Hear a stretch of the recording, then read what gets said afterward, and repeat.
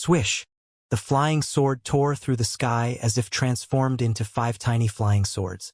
Every flying sword assumed a different color: red, green, blue, yellow, and violet. After they shot out, they formed a lotus-shaped sword formation in midair, and a terrifying killing intent surged out from it, causing the space within a proximity of 300 m to be pierced to the point that it droned ceaselessly.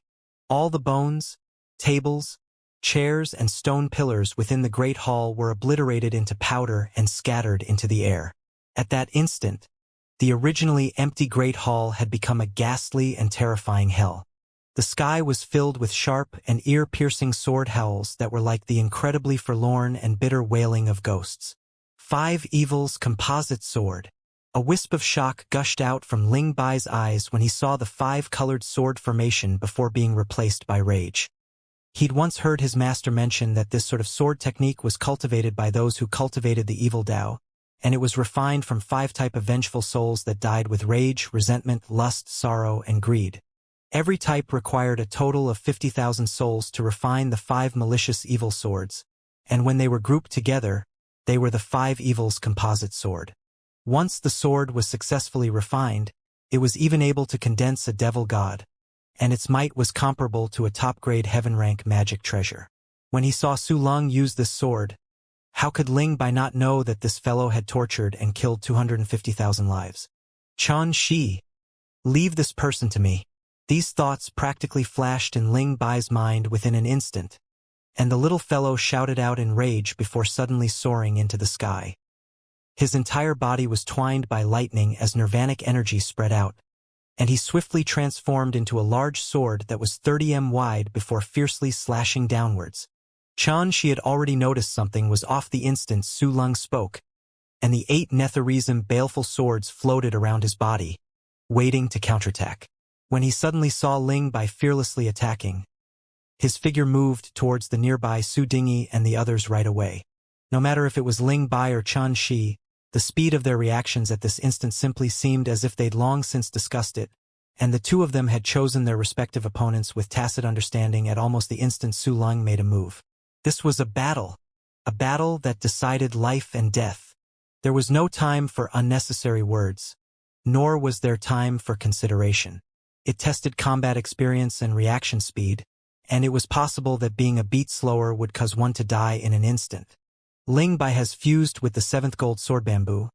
His cultivation is comparable to a Golden Hall realm cultivator, and he himself contains Nirvana sword insight of the highest order. When dealing with Su Lung, who's at the Golden Core realm, he would surely not be defeated for some time. Whereas what I have to do is swiftly kill Su Dingyi and the others, then go against Su Lung with Ling Bai.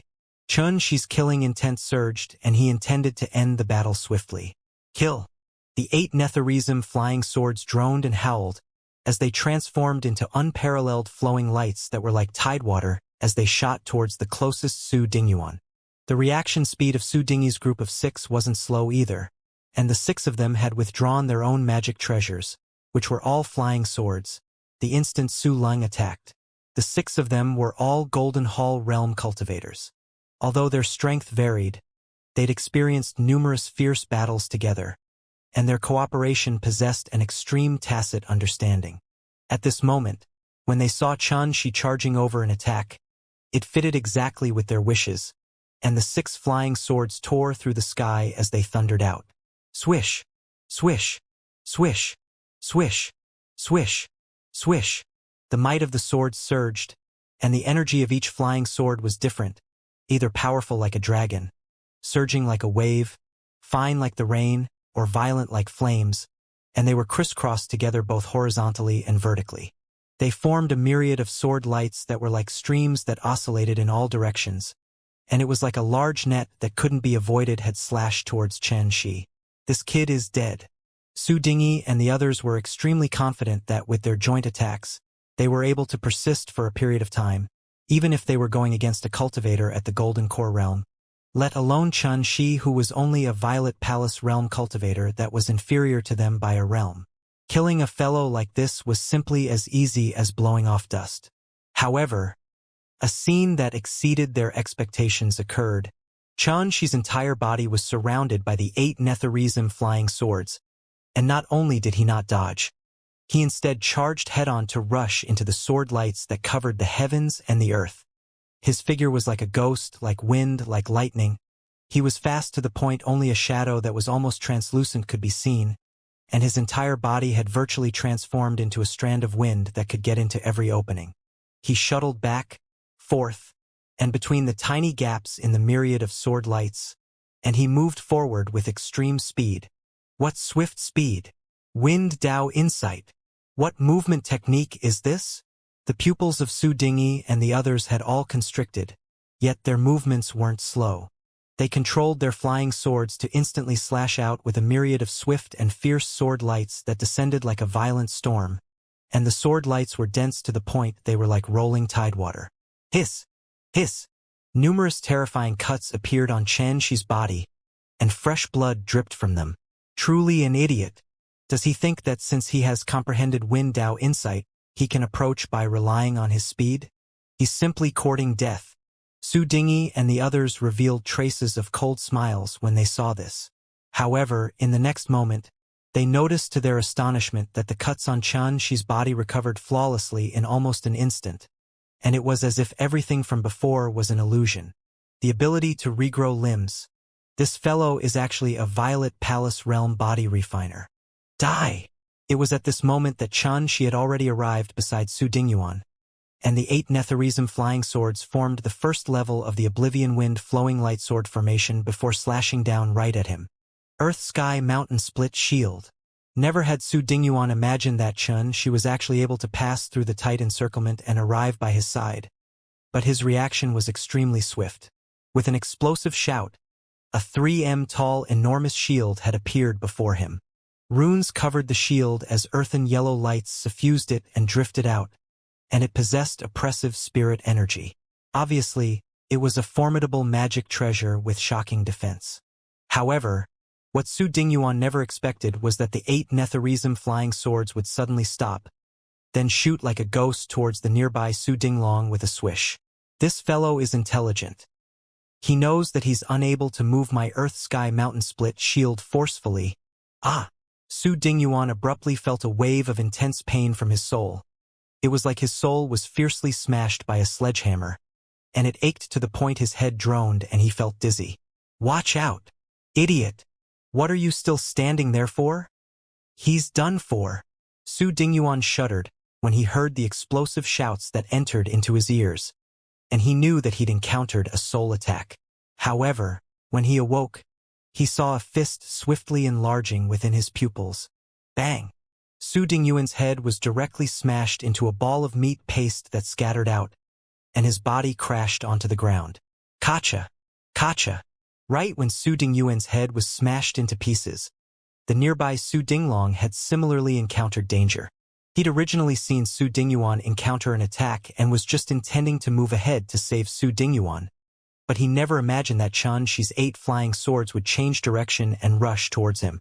He was caught off guard and only had the time to utilize his flying sword to protect his body. However, it was already too late. The Oblivion Wind flowing light sword formation was famous for its extreme speed, and it was a profound rank sword formation, whereas the 8 Netherism flying swords were all top-grade yellow rank flying swords. When they enveloped him, they instantly minced him and his flying sword into powder, and he didn't even emit a shrill cry before he died. Su Dingyuan and Su Dinglong had died. 2 Golden Hall realm cultivators were annihilated by Xianxia at almost the exact same instant. His speed was so swift and the situation of the battle was so strange that it caused the other 4 people to almost be unable to react. Just think about it. First Xianxia charged up boldly, causing the others to mistake him for an idiot, but in actuality he'd intentionally allowed himself to be injured. Then, he pretended to attack one target while really aiming for the other by confusing the hearts of his enemies. He carried these 2 things out simultaneously because he wanted to kill 2 of them the moment he made a move. The resoluteness of his actions, the ruthlessness of his attacks, and his cunning for utilizing schemes in an instant caused even Su Lang, who was in battle with Ling Bai, to be shocked. No one had expected that Xianxia would utilize tactics so ingeniously during the battle. It was ingenious to the extreme, and he'd actually transcended a realm to annihilate 2 Golden Hall realm cultivators with a cultivation at the Violet Palace realm. Actually, this was only Xianxia utilizing his own advantage to the limit. Who would have imagined that he wasn't only at the Violet Palace realm in chi refinement, but that even his body refinement had attained the Violet Palace realm that could regrow severed limbs? Who would have imagined that he possessed a rare soul attack technique? Who would have imagined that the might of the sword formation his 8 Netherism flying swords formed was actually so formidable? All this could be sufficiently described as attacking before the enemy was prepared. Watch out, everyone. This kid possesses a cultivation in both body refinement and chi refinement. His sword formation and movement technique are exceedingly formidable as well, and can't be judged by common sense. Attack with your full strength and avenge Dingyuan and Dinglong. Su Dingyi roared in rage, his flying sword transforming into a 30 m long enormous dragon that possessed lifelike scales, a long beard, and claws. Its imposing manner was violent and powerful, and a terrifying wave of flames swept out from it. Flame Dragon Wind Slash. The enormous flame dragon soared into the sky. Then its enormous tail was like a mountain-splitting greatsword that fiercely struck towards Xianxia, who was on the ground. 7 Strike Soul Death. Second Wood Devil Subduing Sword. Ultimate True Lightning Break. Su Dingwei, Su Dingkong, and Su Dingru didn't dare hold back any longer, and they executed their most formidable trump cards in unison. Instantly, various techniques, sword techniques, and magic treasures soared into the sky within an area of 300 m, and the violent and terrifying energy shook the sky to the point it wailed. Bang! Bang! Bang! In the sky of the Great Hall, there seemed to be countless bolts of lightning that struck down, a violet sword chi in the form of a flame dragon, a technique that was swift like a bolt of lightning, and an azure-colored enormous sword. A variety of attacks crashed down, instantly creating numerous large holes on the ground from impact. It caused dirt to fly up into the air and the ground was charred. The dispersing airflow collided with the surrounding walls and emitted a deafening bang. Xianxia seemed to have expected that he would encounter this scene, and after he annihilated Su Dingyuan and Su Dinglong, his figure floated, executing the divine windwing flight to flash out at an extreme speed like a nimble sparrow. Due to him having seized the initiative, his speed wasn't affected in the slightest, and the instant before the various attacks above him crashed down, he'd already charged out 3 kilometers. Ling Bai was battling Su Lung at the place he charged out to. This damnable thing only knows how to rely on his swift speed to flee? Su Dingyi ceaselessly gnashed his teeth with hatred, and the gazes of the other 3 all shot fire. If their gazes were able to kill, then Xianxia would probably have died 1,000 times long ago. This won't do. We absolutely can't allow him to be killed by martial Uncle Su Lung. If we can't even kill this little fellow at the Violet Palace realm, then we'd have lived until now for nothing, right? Attack together. Dingyuan and Dinglong can't just die like that. Kill! Under Su Dingyi's lead, the figures of the 4 flashed out explosively to closely chase after Xianxia. However, right when they flew out over 100 m, they suddenly noticed that the distant Xianxia's tracks had vanished, and they were actually unable to find him again within the exceedingly vast Great Hall. Could it be that he used a stealth talisman? How could that be possible? If it's a stealth talisman, then I would have found it long ago with my spiritual perception. Could it be a cloaking magic treasure? That's not right. All magic treasures have an aura fluctuation, and even if the body vanished, it would be unable to conceal the aura. Su Dingyi's group of 4 were bewildered and indeterminate, but the 4 of them had already experienced Xianxia's cunning and crafty way of battle. All of them were extremely vigilant as they carefully took precautions, as they were deeply afraid that Xianxia would launch a sneak attack. Actually, Xianxia had stayed on the spot and utterly didn't move, and he'd only used the traceless aura technique to hide his figure and restrain his aura. This miraculous technique had come from the treasured techniques within the Sword Immortal's abode, and unless it was a great cultivator that had condensed divine sense, otherwise, it was utterly impossible to discover his existence. The drawback was that he could only be in a motionless state, and so long as he slightly made a move, his figure and aura would be exposed completely. But even then, As long as it was utilized well, the traceless aura technique was still a top weapon in stealth and assassination. Xianxia didn't move, and after he made sure that Su Dingyi's group of 4 wouldn't randomly attack his location, he'd temporarily placed his attention onto the battle situation between little Ling Bai and Su Lung. Xianxia's gaze was attracted by the battle between the two with just a slight look from the sidelines. Su Lung, who was at the Golden Core realm, was indeed terrifying. The 5 flying swords that were tempered from the vengeful spirits that died of rage, resentment, greed, lust, and sorrow converged and scattered every now and then. The sword chi on the swords was dense to the point that it almost seemed as if it would drip down. They emitted a pungent aura of evil and slaughter, seeming as if a group of devils were running wild as they emitted sounds as if ghosts were wailing. Merely the forlorn and bitterly shrill sounds were sufficient to overwhelm ordinary Violet Palace realm cultivators with terror. Moreover, Su Lung's figure drifted from place to place as well. He was like a wisp of a shadow that was dim and lightless. He was still here at this moment, instantly appearing 30 meters away in the next, and he was extremely alike to a ghost that was adept in stealth and concealment. But it was still little Ling Bai that attracted Xianxia's gaze the most. The little fellow had already transformed into a meter-long 7th gold sword bamboo at the moment. Unlike when used by Xianxia, the current 7th gold sword bamboo's entire body flickered with lightning. Arcs of lightning crackled as they leaped about and roiled.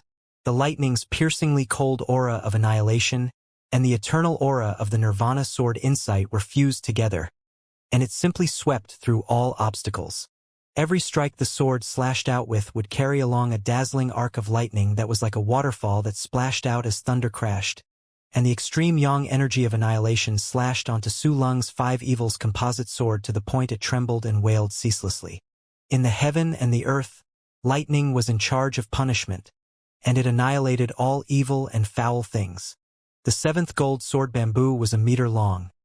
It grew 3 centimeters every 100 years after experiencing the wrath of lightning and surviving, and the energy of lightning contained within it was vast and boundless like a great river. Earlier, when it was used in the hands of Xianxia, he'd not even utilized a 10,000th of it. Whereas the Nirvana sword insight was neither alive nor dead, seeming eternal, and it caused everything to return to silence. Every sword strike was completely silent, without a trace of the sound of the wind, seeming to instantly appear out of thin air, and it was impossible to guard against. With the two combined, even if Ling Bai's cultivation wasn't as formidable as Su Lang, but as a strand of sword soul that mastered the inheritance of the Nirvana sword Tao and possessed the 7th gold sword bamboo as his body, the combat strength he exploded forth with was even more formidable than Xianxia, who possessed various cultivation techniques and abilities. For a time, a stalemate appeared in the battle situation between Ling Bai and Su Lung, and it caused Xianxia and Su Dingyi's group's minds to sway as extraordinary splendor rippled out from their eyes. Is that a magic treasure or a person? How can it be so terrifying? Martial Uncle Su Lung's 5 Evils composite sword is a treasure obtained from a mysterious ruins. How can it be unable to annihilate its opponent even until now? Sword soul? Doesn't seem like it. How could a sword soul control a sword by itself? Could it be that it's a magic treasure that has gained intelligence? But it seems like only the immortal artifacts of legend are able to possess such might, right? I think that thing is surely an extraordinary magic treasure, so long as he's able to subdue it. Martial Uncle Su Lung's strength might rise explosively once more. Exactly, Martial Uncle Su Lung's cultivation in the martial Tao has already attained the Tao Insight stage, and he has comprehended the Nether Tao Insight that controls souls and items of evil. It's like the arrival of the Ghost Emperor in the world, like the rebirth of King Yama, and it's extremely formidable. In my opinion, it won't be long before he achieves victory. Su Dingyi's group of 4 communicated with their souls. They vigilantly swept the surroundings with their gazes as they sighed emotionally about the magnificence of the battle, and they didn't ease up their search for Xianxia for a moment. So it's the Nether Tao Insight. Why would this fellow comprehend such a ghastly Tao? Could it be that he's gone to the netherworld of King Yama's under the Nether Springs? Xianxia was shocked in his heart. In the 3 dimensions, if one were to talk about an unreal place, then it was surely the immortal dimension. If one were to talk about the most ghastly and terrifying, then it would instead be the Netherworld. Supposedly, the Netherworld contained the 6 paths of reincarnation, the Netherworld blood pool, the hall of a myriad scenes, the judge that controlled punishment, King Yama, and many other unfathomable people and things. But Xianxia had only heard of it. As with his current sight and experience, he was still unable to come into contact with such exceedingly terrifying existences. Idiots! What are all of you standing there for? Quickly come assist me to capture this thing. Su Lung suddenly emitted a shout of explosive rage. With his arrogance and conceit, he was originally unwilling to use the strength of Su Dingyi's group, but up until now, he'd noticed that his cultivation was actually completely countered by this thing that seemed like a man, yet wasn't a man, and seemed like a sword, yet wasn't a sword. Although it wasn't to the extent that he would be defeated, he was extremely unhappy in his heart. At this moment, when he saw Su Dingyi's group standing foolishly in the distance as they spectated, the rage in his heart was naturally unable to be restrained, causing him to roar out. But, Martial Uncle Su Lung, Xianxia is still hiding in the shadows? Yeah, exactly. Su Dingyi's group of 4 had never imagined that Su Lung would shout at them for assistance. They were taken by surprise by this explosive shout, and they opened their mouths to explain right away. It was at this moment. What a good chance! A cold light flashed in Xianxia's eyes as the shaman energy throughout his body surged out, and an enormous palm over 100 meters in size that was a combination of earthen yellow and wood green color appeared out of thin air. The palm blotted out the heavens and the earth like a mountain, and a myriad of stars revolved on the striations of the palm as a desolate, heavy, and mysterious aura suffused out with a bang. Divine ability, Grand Astral Palm. During this period of closed-door cultivation in the first level of the Heaven Peak of Trials, not only had Xianxia condensed the second wood shaman marking and advanced to the second level of the Violet Palace realm, his divine ability, Grand Astral Palm, had also been cultivated to the second wood realm. Presently, the 5th Earth Shaman energy and second wood shaman energy were gathered on the Grand Astral Palm, and its might rose explosively by almost double. It was originally sufficient to withstand yellow rank magic treasures head-on. And now, when struck down at full force, it was completely capable of crushing profound rank magic treasures. After all, the Grand Astral Palm was a divine ability that was passed down from the Master of the Abode, and a great supreme divine ability that shocked the world during the primordial era like this had almost already either been obliterated or lost. In the entire territory of the Darchu dynasty, it was practically unable to be seen. Bang! The instant the Grand Astral Palm appeared, it fiercely grabbed out and had already tightly grasped Su Dingyi's group of 4, as if it was grabbing a few tiny little ants, and it utterly allowed no resistance. Then it fiercely gripped, and a wave of sounds of bones cracking and shattering accompanied by the swift emission of exceedingly shrill howls completely filled the great hall. How fragile were the bodies of Qi refinement cultivators. The defensive clothes and battle robes on the bodies of Su Dingyi's group were all yellow rank magic treasures. Yet under the enormous strength of the Grand Astral Palm, they were simply like paper and didn't produce the tiniest effect. Drip! Drip! The Grand Astral Palm released its grip and drops of sticky blood and flesh fell from the sky, piling into a pool of flesh mush on the ground. A pungent and bloody smell instantly filled every inch of the space within the Great Hall. For Golden Hall realm cultivators were crushed by a single grip of the Grand Astral Palm. At this moment, even Xianxia himself couldn't help be endlessly shocked in his heart when he saw this scene. Although he'd known since long ago that the might of the Grand Astral Palm was extremely terrifying. However, at this moment, when he saw 4 Golden Hall realm cultivators transforming into a pile of mush, he finally understood the true might of the Grand Astral Palm.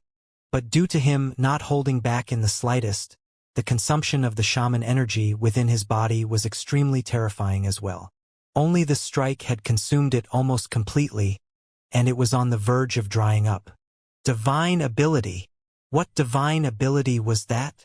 In the distance, Su Lung abruptly leaped out from the battlefield as he emitted a sharp cry, and a wisp of astonishment had already surged up onto his cold face.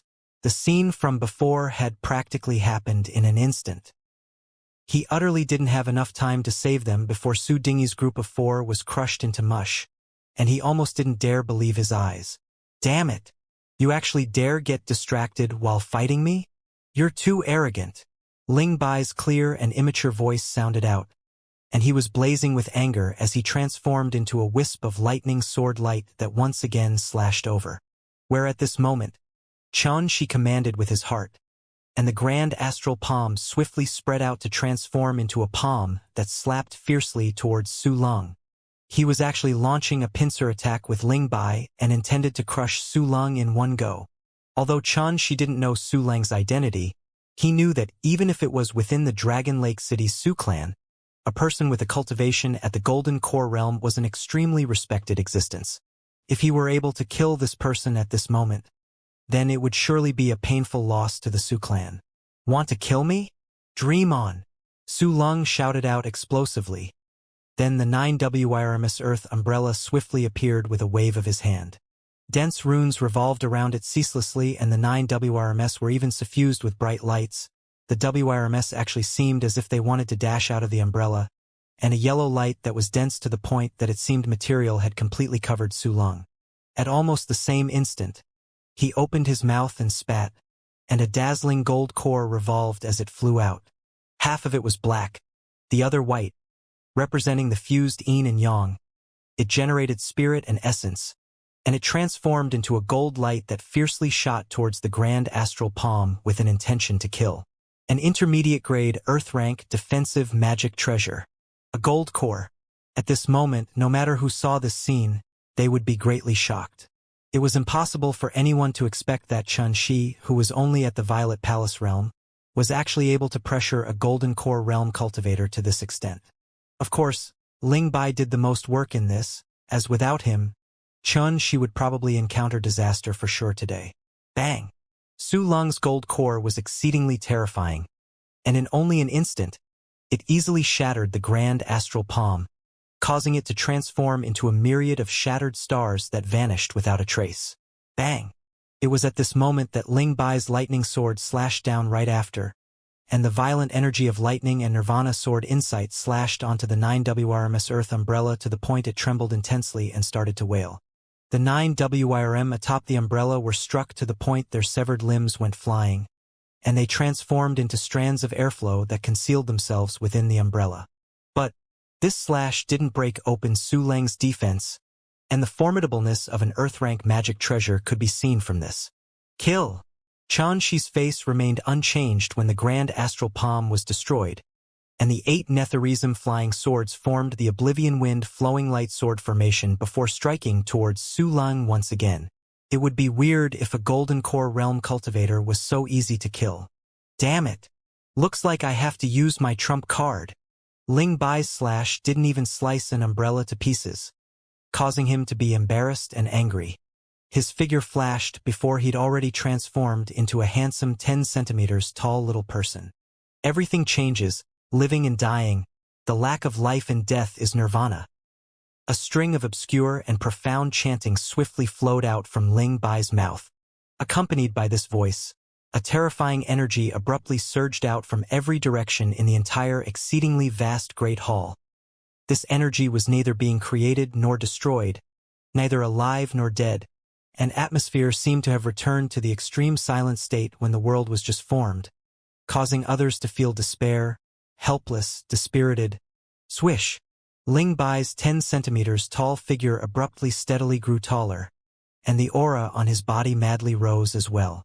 In the blink of an eye, he'd already transformed into a 3M tall young man with eyes that were like gray and hazy chasms that were dull. The aura that was emitted from his body was like the aura of a god, eternal, nirvanic, and unshakable. Su Lung had just dodged Xianxia's sword formation attack, and he hadn't even had the time to gasp for breath when he felt an extremely dangerous feeling swiftly flow throughout his body. His heart felt as if it was pressed on by a 33 kilometers tall mountain, and it caused his breathing to become difficult. What cultivation technique is this? As he gazed at Ling Bai's 3M tall figure, as he gazed at those eyes that were still like a chasm, as he felt the terrifying aura that surged out from Ling Bai's body, Su Lung, who had always been arrogant and self-conceited, couldn't help but feel an icy coldness as if he'd fallen into an icy pit. Flee! At practically the instant this thought flashed within his mind, Su Lung charged outwards without the slightest hesitation, and within his hand, the boundless secret realm discovering pearl suffused out with a dreamlike rippling bright light that instantly shot open a translucent and warping wall. Want to flee? The corners of Ling Bai's mouth curled into a trace of an icy cold arc. Then he pressed his palms together. Everything within the entire space seemed to have been sucked out as space collapsed inch by inch, and a gray and translucent large illusory sword surged out from within the collapsing space. Supreme Grand Nirvana Sword. Ling Bai shouted out explosively as his palms that were pressed together fiercely slashed forward. Kacha! Kacha! As soon as the gray and translucent illusory sword slashed down, the space in the entire great hall emitted a string of ear-piercing explosive sounds of shattering. When he saw this scene, Xianxia, who originally intended to chase after Su Lung, had stopped his footsteps abruptly, and a strand of dense astonishment surged out from his eyes. This sword technique is actually able to tear space apart? Pooh! Su Lung was only a step away from approaching the translucent and warping wall, but this step was so near yet so far. It was so far that no matter how hard he tried, he was unable to stride past it, because his hair, limbs, flesh, blood, his entire body was withering away at a shocking speed, yet it was terrifyingly silent, without the slightest bit of sound being emitted out. It was just like he was being slowly swallowed by an invisible monster. In the blink of an eye, he'd silently vanished from sight. Ding! The boundless secret realm discovering peel rolled down onto the ground. A single sword strike caused space to collapse inch by inch, and a golden core realm cultivator was even unable to dodge, being obliterated and dying without a sound. Not even a corpse remained. How terrifying was this sword? What extent had its cultivation in the sword Dao attained? Although this scene only occurred in an instant, it impacted Xianxia's heart strongly, and his mind shook, causing him to be unable to speak for a long time. The sword Dao was worthy of being a unique supreme grand Dao in the heaven and earth. Huff, huff. Ling Bai rapidly gasped for breath as his 3M tall body transformed back into the size of a 10 centimeters little person.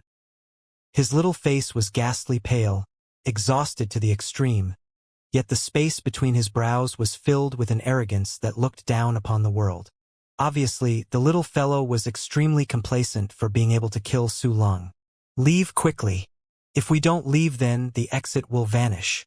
Ling Bai leaped onto Xianxia's shoulder before waving his hand, and the weapons and storage magic treasures that Su Lung and Su Dingyi's group of 6 left behind were all made to fly towards him.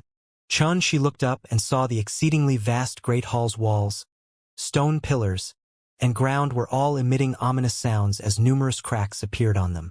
As they swayed intensely and without end, they were on the verge of shattering and being destroyed. Whereas at the place that Su Lung died, a warping and translucent passageway led directly to the outside. Obviously, this was a rift that was slashed open by Ling Bai's fierce sword strike. Swoosh! How could Xianxia dare hesitate? He instantly executed the divine windwing flight, and he was like a bolt of lightning as he swiftly charged through the passageway. Rumble! Right when Xianxia's figure left, the entire great hall collapsed with a bang. The bones, mush, and corpses on the ground were swallowed up by the turbulent flow of space and were obliterated. Just like this, the sword tomb Nirvana realm that had existed for 10,000 years had completely vanished. The Su clan's youngest Golden Core realm cultivators and 6 Golden Hall realm cultivators had all fallen, and after being swallowed by the turbulent flow of space, they vanished completely without leaving behind the tiniest trace. Gales howled and sandstorms raged deep within the oceanic desert. Swoosh! Before a spatial tear that was 3 kilometers long, a figure flashed out from inside of it, and with a few ups and downs, the figure stably stood on the ground. So close. If it wasn't for Ling Bai's reminder, I would have nearly died within it. That turbulent flow of space is too terrifying. Xianxia let out a long breath of air, and when he recalled the scene from before, he still felt a lingering fear in his heart. Then he said to himself, I wonder how those experts are able to open up a pocket within space. This level of ability is comparable to reversing the flow of space. Oh, we're rich, we're rich. Ling Bai flew about happily before Chun, she as a string of storage magic treasures like rings, belts, and bracelets followed behind him. There were 7.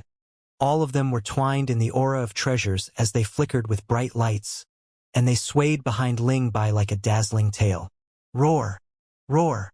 Bai Kuei that was like a little lion seemed as if he'd seen enticing delicacies, and he impatiently chased after Ling Bai with an expression as if his mouth was watering. 6 of these storage magic treasures came from Golden Hall Realm cultivators, and the jade-green jade bracelet amongst them was possessed by a Golden Core Realm cultivator. How much treasure would be stored within? Just thinking about it would cause one to be excited. Chun she couldn't help but reveal a slight smile on his face. With a wave of his hand, all these storage magic treasures fell into his palm and he started to sort the spoils.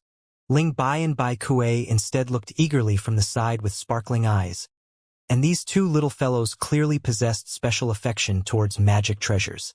Su Lung's storage bracelet was extremely verdant in color. There seemed to be a surging silver river with scattered rays of starlight within it that formed numerous formations like the Tranquility Formation, Dustproof Formation, Fire and Water Generation Formation, etc. The might of these formations couldn't be said to be great, yet they were all some extremely practical minor formations. Chun she didn't even take a look before directly grabbing it with his left hand as he spat out a mouthful of true essence and directly wiped off the soul brand atop it. Su Lung was already dead, and the soul brand atop it didn't possess the slightest room for resistance. The instant the storage bracelet was opened up, Ling Bai hurriedly moved closer to look within it. Swoosh! When the bracelet opened, a bright light that was formed from both black and white rushed out from within. Then it transformed into a white jade book and a black jade brush that smashed towards Ling Bai's eyes, causing him to be startled and to retreat hurriedly. Book and brush? Chun she was stunned, and when he saw the 2 treasures seeming to want to escape, he hurriedly stretched out his hand to grab them. Unexpectedly, the black jade brush swiftly turned around before fiercely slashing the sharp tip of the brush at Chun she's palm. The piercingly cold and fierce energy directly slashed out a shattered wave of air in the sky that was like a silver river's waterfall splashing down. What treasure is this? It even knows how to attack. Chun Shi's eyes lit up, yet his hands didn't dally. He clenched his hand into a fist and his shaman energy surged as he fiercely struck out with a punch. Bang! The black jade brush was struck down to the ground by this strike, tumbling left and right as if it was drunk. It wanted to fly up again, yet was already clutched by Chun Shi's hand. At practically the same instant, his left hand swiftly stretched forward, and a large net condensed from shaman energy enveloped the white jade book that had fled 300 meters away. With a pull and catch, he'd already brought the white jade book into his palm, and no matter how it struggled, it was unable to escape Chun Shi's hand again. Possesses such shocking intelligence. I wonder what treasure it is? Chun Shi gazed at the treasures as he spoke. Meanwhile, the white jade book and black jade brush revealed their true forms. The white jade book was coiled in glowing mist and entirely icy cold, and it emitted a strange aura that was vast like the sea. On its surface was 2 large words, Netherworld Register.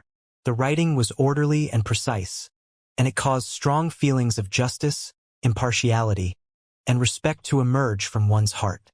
The words Netherworld Diary would cause the heart of one who glanced at it to go cold and to think of some ghastly and terrifying things in one's mind. However, the white jade book placed before Chun was instead vast, lofty, and righteous. It was like the righteous chi in the chest of an ancient saintly scholar. It was dignified, imposing, and frank, whereas the entirely black jade brush was icy cold and was made from an unknown material that seemed like iron yet wasn't iron and seemed like jade yet wasn't jade. It was entirely pitch black to the point there wasn't a trace of flaw, and it was a type of blackness that was pure to the extreme. On it were the words condemn evil that were written in bold and vigorous strokes, and an inexplicable terrifying killing intent assaulted his face. Kill! Kill! Kill! Kill! Chun Shi felt his sea of consciousness being filled with innumerable words that spelled kill, countless sounds of shouting, countless sounds of weapons colliding, countless drops of fresh blood, and piercingly cold overbearingness that seemed to want to judge the world and condemn all evil. Who? Xianxia hurriedly moved his gaze away, and his entire body was already drenched wet from cold sweat as if he'd just come out from being immersed in water. So formidable. The netherworld register is righteous and upright, and the condemn evil brush clangs with the sounds of slaughter. Exactly what treasure is this? Could it be a rare treasure from the netherworld's 6 paths of reincarnation? No, it seems that a treasure like this existed during the time of the primordial saints. The nearby Lingbai frowned as he thought hard and muttered. Obviously, he didn't recognize what this was as well. Let's open it first. Xianxia thought for a moment before stretching out his hand, intending to flip open the netherworld register. Yet he felt a shapeless restriction suddenly surge out, and it shook his fingers to the point that they went numb. I can't open it? Xianxia was unwilling to give up and tried using true essence, shaman energy, and even his soul's spiritual perception. Yet no matter how he tried, he would always be reflected back by a shapeless restriction, and it caused Xianxia to feel astonished and depressed. Roar! The nearby Bai Kuei had become impatient from waiting long ago, and it was as if he'd seen a supreme delicacy of the world, roaring as he impatiently charged out before opening his mouth to swallow the netherworld register. Yet he was grabbed a hold of by Xianxia and was unable to move. His eyes still stared fixedly at the netherworld register, and they were a shiny jade color like a wolf that was hungry to the extreme. Even the infant Pichio that loved to eat the rare treasures of the world couldn't refrain from wanting to take a bite, and it was extremely obvious that this book and brush were surely a pair of extraordinary treasures. I wonder where this fellow Su Lung obtained it? I'm afraid even he hasn't seen through its profundities, right? Xianxia was extremely depressed, and under his helplessness, he could only toss the netherworld register and condemn evil brush into his storage ring before once again looking at the jade bracelet in his hand. This time, nothing charged out of it again. However, there weren't any treasure within that took Xianxia's breath away. Only 30 kilograms of spirit liquid, a huge pile of pills and herbs, and some valuable spirit materials remained. Their conditions were all extraordinary and practically were all in the ranks of the treasures of the heaven and earth, and they could be considered to be a shocking sum of wealth. But after that, Xianxia did discover a sword technique. Shockingly, it was refinement and cultivation technique of the 5 evils composite sword, and it was extremely evil and malicious. Xianxia destroyed this sword technique right away, as he rejected evil and malicious things extremely in his heart, let alone this sword technique which required the torture and killing of 250,000 lives. Although he wasn't a good person in a traditional sense, he was absolutely unable to commit such heinous crimes. After casually tossing over 10 medicinal pills to Bai Kuei, Xianxia shot his gaze onto the storage magic treasures of Su Dingyi's group of 6. 84 low-grade yellow-rank magic treasures, 12 intermediate-grade yellow-rank magic treasures, 6 high-grade yellow-rank magic treasures, and 1 top-grade yellow-rank magic treasure. After a short while, Xianxia had completely finished sorting all the storage magic treasures, and besides discovering a huge amount of magic treasures, there were also medicinal pills, materials, and spirit liquids. Their total worth was only similar to the worth of Su Lung's treasures alone. These magic treasures are either sabers, spears, horsetail whisks, tassels. Only 6 flying swords that are at the high-grade yellow rank are useful to me, and I have no use of the others. Truly depressing gains. Xianxia shook his head helplessly, and as he looked at Bai Kuei who happily wagged his tail as he ate one magic treasure after another, the depression in Xianxia's heart grew even stronger. He'd worked laboriously for all this, yet it seemed to be food replenishment for the little fellow. Kacha! Kacha! A wave of crisp sounds resounded out by his ears. Xianxia turned to look and saw Ling Bai holding a low-grade yellow-rank flying sword in his arms as he devoured it as if devouring tofu with a delighted expression on his face, and the sharpness of his teeth caused Xianxia to almost not dare believe his eyes. Could it be that I'm raising 2 gluttons? Xianxia suddenly felt that this was far from good. If this were to go on in the future, then how many treasures would he have to use to fill up the stomachs of these 2 little fellows? Ling Bai, why have you started eating as well? Xianxia pointed at the flying sword in Ling Bai's hands that had been eaten to the point it was wrecked. "Oh, I'm cultivating." As he spoke, Ling Bai finished the flying sword in his hand with a single bite. Then with a wave of his hand, another flying sword entered into his hand before he opened his mouth and took a bite. No matter how poised Xianxia was, the corners of his mouth couldn't help but twitch, and he suddenly thought of something. "Right, since you can already cultivate now, then what cultivation technique are you cultivating?" "It's naturally the Nirvana sword scripture. You saw it earlier. I killed a golden core realm cultivator." Ling Bai raised his chin proudly, and he spoke word for word as if he was seeking credit. "That was the sword tomb Nirvana realm's energy.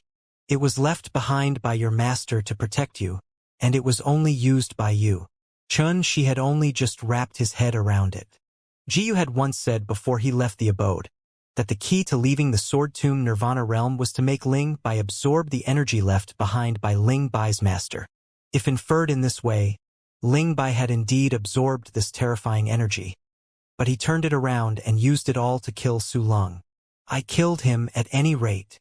Ling Bai smirked and completely didn't mind Xianxia exposing him.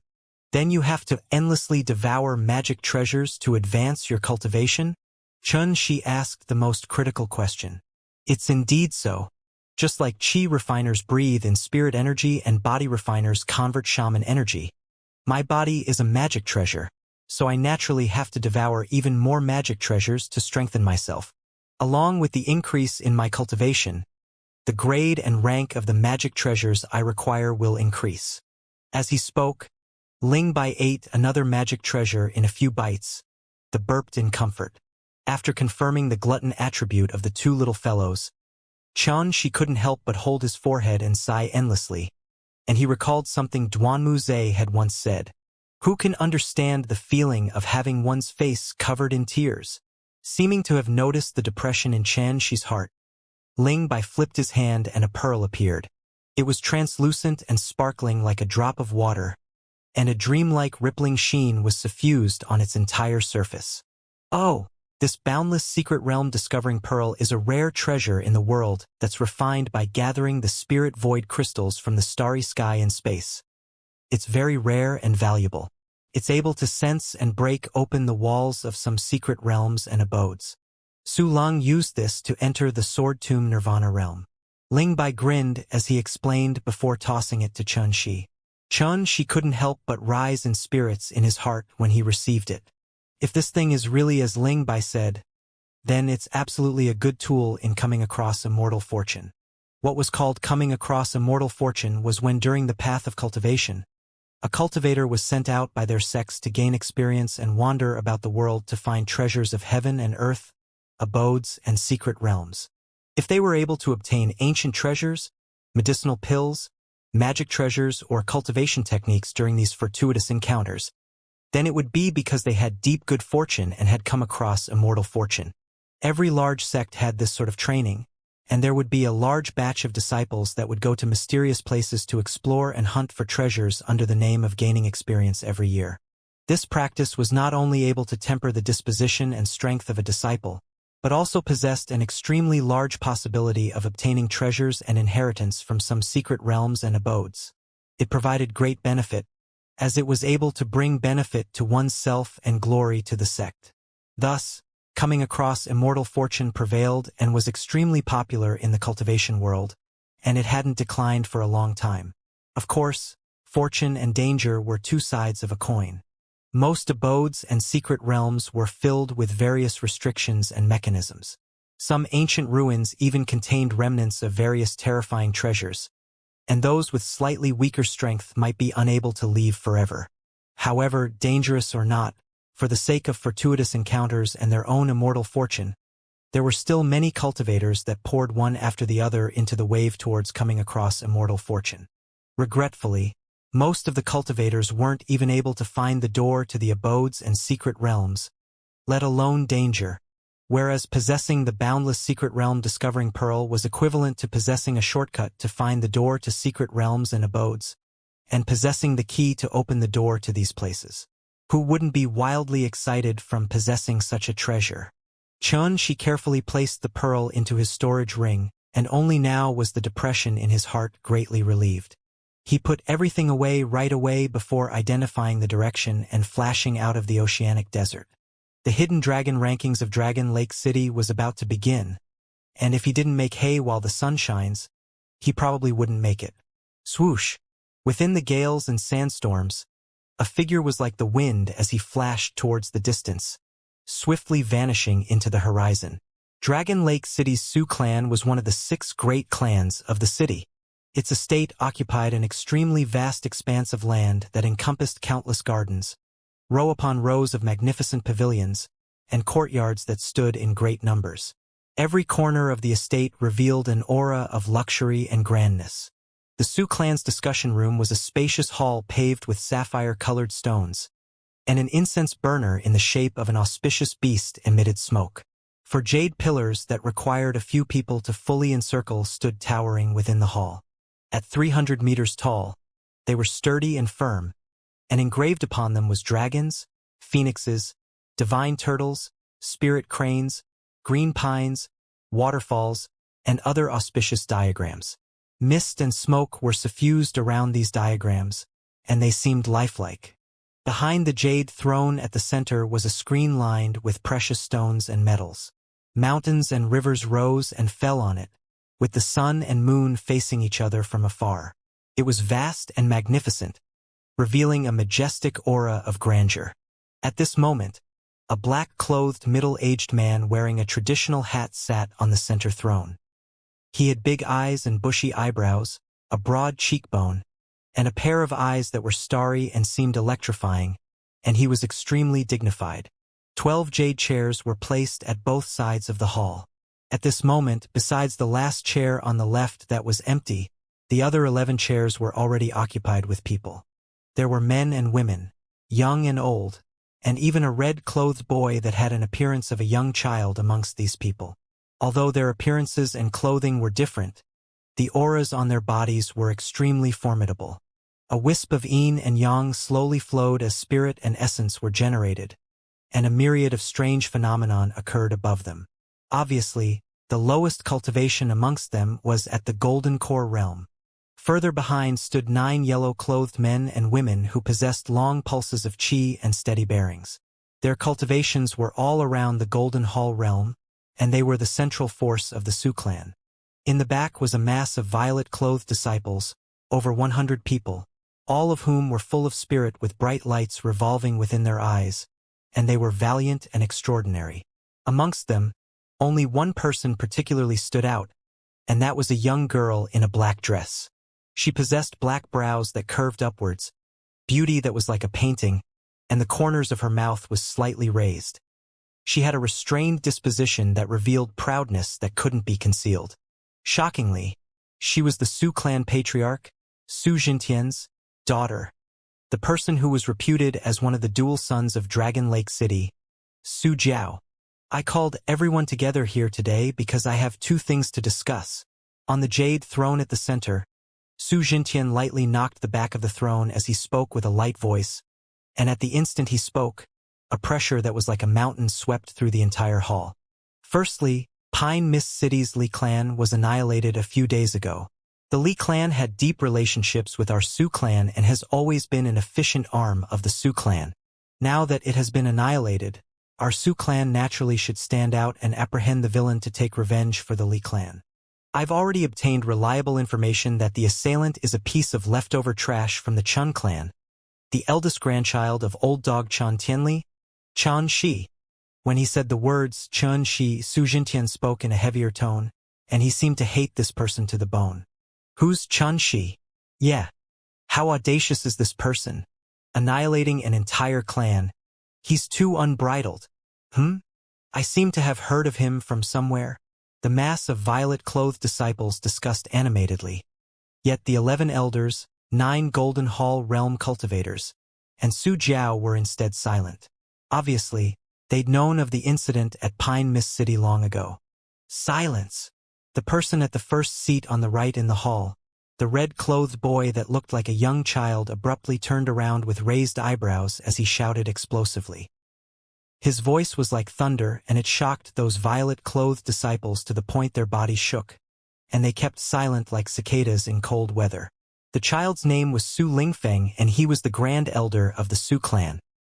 He possessed this appearance of a young child due to having cultivated a strange technique, but his true age was already at 1,000 years old.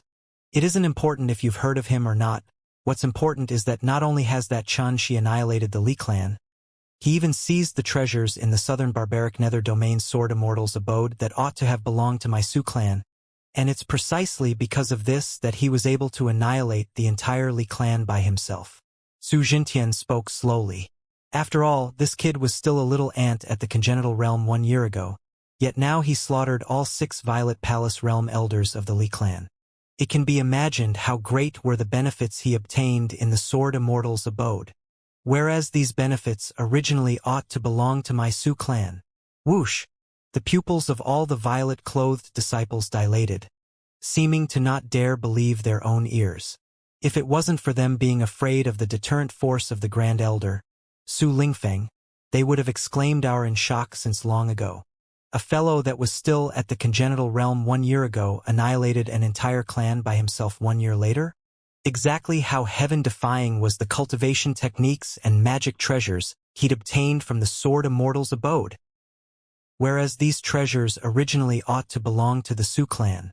When they thought up to here, the eyes of all these violet-clothed disciples revealed rage, and they wished for nothing more than to drag out that bastard called Xianxia and make him spit out everything he'd obtained. Now, my Su clan's Golden Hall realm experts of the Ding generation have already headed over to apprehend Xianxia. Moreover, Elder Sulong has gone to assist them as well.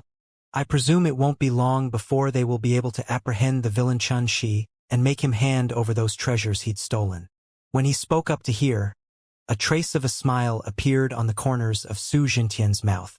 In this way, my Su clan will be able to help take revenge for the Li clan and seize the treasures that originally belonged to us, and it can be considered to be killing 2 birds with 1 stone. I and the elders have come to a unanimous agreement. We've decided to reward these treasures to all the Violet Palace realm disciples, and this is one of the reasons I gathered all of you here today. Distributing the treasures to us? This isn't real, right? My God, that's the treasure from within the sword Immortal's abode. The 100+ violet-clothed disciples couldn't restrain the pleasant surprise in their hearts any longer, and they all spoke out as if in an uproar. Pleasant surprise. This was absolutely an extremely great pleasant surprise. At this moment, even the nearby 9 Golden Hall realm disciples revealed expressions of jealousy and envy, and they felt it was a pity that there was nothing for them. Silence! The Grand Elder, Su Lingfeng, had to shout out explosively once more and restrain this buzzing and disorderly situation. Of course, there are conditions for obtaining the treasures. Su Jintian only spoke after the hall returned to silence. The Hidden Dragon Rankings competition will be held in half a month from now. At that time, the Violet Palace realm disciples of the 8 great sects, 3 great institutions, and the 6 great clans including our Su clan will all participate in it. So long as someone amongst all of you is able to enter the first 100 ranks, that person will be rewarded with 1 treasure. Entering the first 50 ranks will be rewarded with 2 treasures. Entering the top 10 ranks will not only be rewarded with 3 treasures, but will also be rewarded with being promoted to become a core disciple of my Su clan and enjoy the treatment of a Golden Hall realm disciple. Hidden Dragon Ranking competition? So that's how it is. The over 100 violet-clothed disciples rubbed their hands and fists together as their eyes emitted a burning gaze. They were originally going to participate in the Hidden Dragon Ranking competition and compete with all the outstanding figures in the Southern Territory. The substantial rewards that the Patriarch, Su Jintian, promised made their resolution to participate in the competition become even more firm. If one is able to seize the top 3 rankings, Su Jintian's gaze swept the surroundings before saying word by word, I will ask the ancestor to make an exception and take you as a disciple. Become the ancestor's disciple? The breathing of everyone present, including the 11 elders, stopped as their faces emitted boundless burning desire and longing. The Su clan's ancestor was the most mysterious and most terrifying existence in the Su clan, It was at this moment that a sharp and hoarse voice sounded out from outside the hall. Patriarch, something has gone wrong. The soul vitality lamp of Elder Sulang, Dingy, Dingyuan, Dinglong, Dingkong, Dingwei, and Dingru have all been extinguished in unison. Bang! A teacup smashed onto the ground and the entire beautifully decorated discussion room fell into deep, deathly silence. On this day, the news of 1 Golden Core Realm Cultivator and 6 Golden Hall Realm Cultivators of the Su clan falling seemed as if it had grown wings as it flew into the ears of all the powers in Dragon Lake City.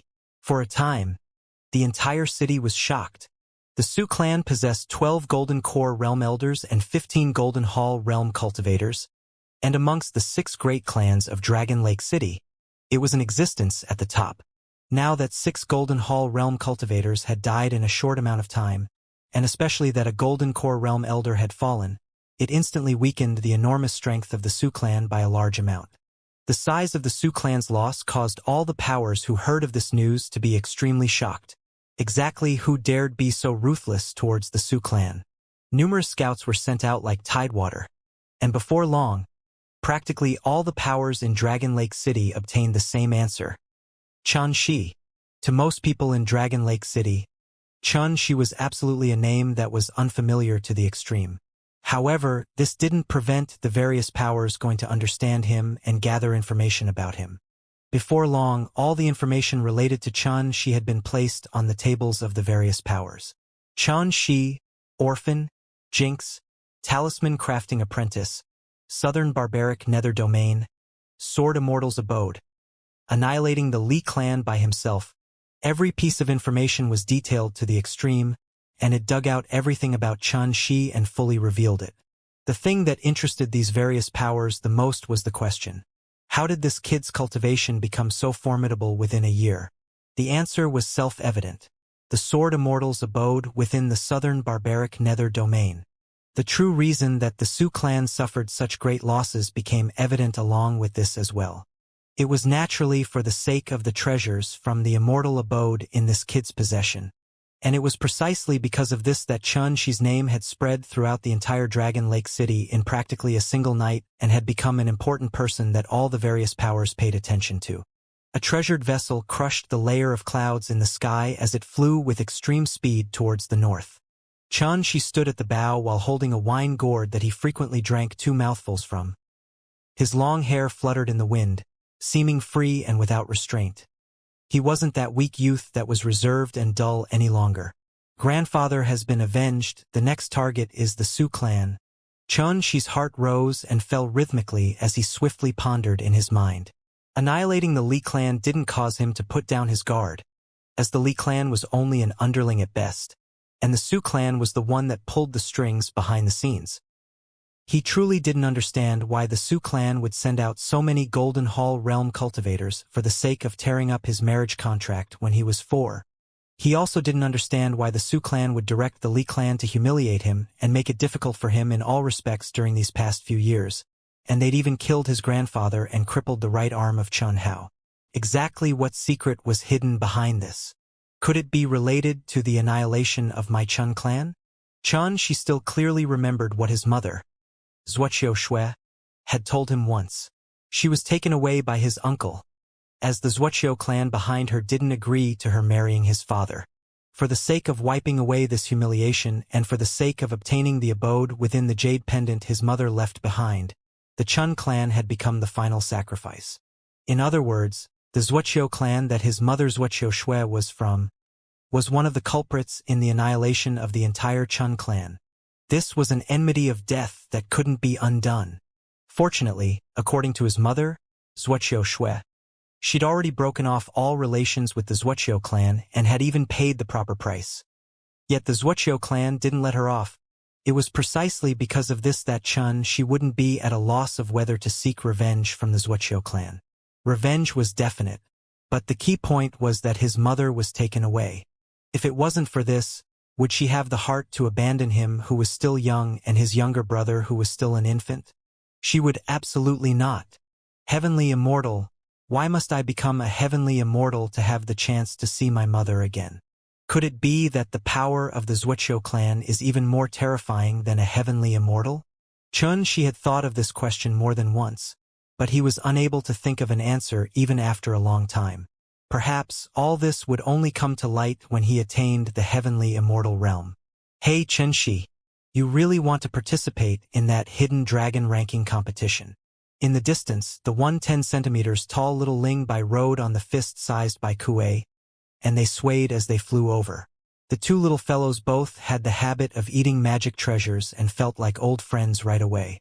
Their relationship now had already become extremely friendly, and this was a friendship between gluttons. Yes, I want to participate for sure. She nodded. Wandering about the cultivation world all alone was an extremely dangerous thing, after all. If he was able to join a sect, then it would undoubtedly be the best choice. Cultivation couldn't escape from the four words of wealth, companions, technique, and location. Wealth was medicinal pills, spirit liquid, spirit materials, magic treasures, so on and so forth, like the money and gold in the mortal world. Without it, one would find it difficult to do anything. Companions pointed towards Dao companions, but it was also seniors and masters. It was people that could help show one the right path, senior brothers and sisters who helped solve the things that puzzled one during cultivation. As the saying went, bitter cultivation for 10 years was inferior to a single guidance by a great teacher. And when three walk on the same path, one amongst the three can surely be the other's teacher for something. Technique meant cultivation techniques, martial techniques, divine abilities, so on and so forth, and it was similarly something that every cultivator must have. Location meant immortal mountains, spirit veins, and blessed immortal grounds. Cultivating in places with abundant spirit energy was undoubtedly 100 or 1,000 times better than cultivating in a common area. If he was able to join a sect, it would be equivalent to possessing wealth, companions, technique, and location at the same time, and this was precisely the benefit of joining a sect. Which cultivator in the world didn't yearn to escape from the ranks of independent cultivators that were homeless and take a leap to become a disciple of a sect? Oh, it's indeed so. After you join a sect, then if someone wants to bully you, the seniors in your sect will be the first to disapprove, said Ling Bai with a grin. It's not only that. After I join a sect, I'll be able to learn even more techniques, and it even might be possible for me to obtain some divine abilities. Moreover, I can widen my horizons. When he spoke up to hear, she laughed in self-ridicule. In the past, I felt that Pine Mist City was extremely huge and those big shots were extremely extraordinary. But they now look extremely unimportant and ordinary. If I want to improve my strength, then I must walk out to wander an even vaster heaven and earth. Well said. Ling Bai clapped and praised. My master was like this all those years ago, arrogant, unyielding, and not satisfied with his situation. What dangerous place had he not gone to for the sake of tempering his sword Dao? She smiled when he saw the little fellow acting experienced to praise him, and he stretched out his hand to flick Ling Bai's little head, then said, Speaking about your master all the time, who exactly are you? Ling Bai shook his head. I can't tell you. If you knew, then an extremely large calamity would be not far from you. She didn't force Ling Bai, as now that the little fellow had gone through thick and thin with him. Ling Bai was surely doing this for the sake of protecting him, and he could understand it. Swoosh! The treasured vessel flew swiftly, and 7 days quickly went by. The nearer they were to Dragon Lake City, the more cultivators they saw on their way. Some were riding steeds and cranes, some standing on flying swords, and there were also some that drove treasured vessels like Xianxia. She had even seen a cultivator that stood on 2 wheels that spewed flames and waves of heat, and its speed was exceedingly swift. It made one sigh with emotion about the number of eccentrics in the world, and the amount of unusual magic treasures in the world caused there to always be something that one hadn't seen. Comparatively speaking, Xi's treasured vessel instead wasn't so conspicuous. There's a forest there. Let's go capture some demon beasts and roast some meat. Ling Bai pointed towards the distance. As he spoke, traces of saliva flowed out the corners of his mouth. When roast meat was mentioned, even Bai Kuei wasn't poised any longer. His furry little body that was like a snowball rubbed on Xi's neck, and he had a flattering appearance as he acted like a spoilt child. All along the way, When Xianxia was free occasionally, he would personally cook some delicacies that possessed smell, taste, appearance, and was full of spirit energy. This caused the two little gluttons, Ling Bai and Bai Kuei, to be mad with delight. Every time they ate, they would sweep through it like a whirlwind, even licking the plate completely clean. All right, we'll rest here for a while, and then press on without letting up until Dragon Lake City. As he spoke, Xianxia had already put away the treasured vessel. Then his figure jerked before falling downwards like a shooting star that whistled as it flew towards the forest on the ground. This forest was verdant and luxuriant, with trees that reached the skies, and it occupied an area of around 500 kilometers. Numerous beast roars sounded out from within it from time to time, and there were even enormous birds with gorgeous feathers that fluttered about within it in groups. Obviously, this was a place that fierce beasts roamed freely. But to Xianxia, who traversed the depths of the southern barbaric mountain range and killed numerous demon kings, this place couldn't be said to be dangerous at all. In next to no time, he'd captured a dark-hoof iron cow that had just advanced into the ranks of demon beasts. He then cut, cleaned, started a fire, skewered, and spread seasonings in one stretch without stopping. Hiss, hiss, before long, an enticing fragrance of meat suffused out into the air. As the dripping oil fell into the flames, they emitted a hissing sound, and a layer of tempting golden yellow had suffused the surface of the meat pieces. Ling Bai and Bai Kuei obediently sat nearby and stared fixedly at the meat pieces as they desperately swallowed their saliva, and they had expressions as if they were hungry ghosts that had been reincarnated. Xianxia's brows frowned as he raised his eyes to look into the distance. What's wrong? Can we eat yet? Ling Bai asked impatiently. There's movement over there. Xianxia's current spiritual perception was already extremely formidable and was even stronger than ordinary Golden Hall realm cultivators. He instantly judged that there were people fighting at the southwest area deep in the forest. What do all of you want to do? Deep in the forest, a young girl around the age of 15 or 16 cried out in rage. There stood a weak young man around the age of 12 or 13 beside her, and the two of them wore simple clothes that could even be said to be shabby. At this moment, the two of them were being attacked by a burly man, and their situation was critical, as they only relied on the young girl to hold a sword and fight the burly man.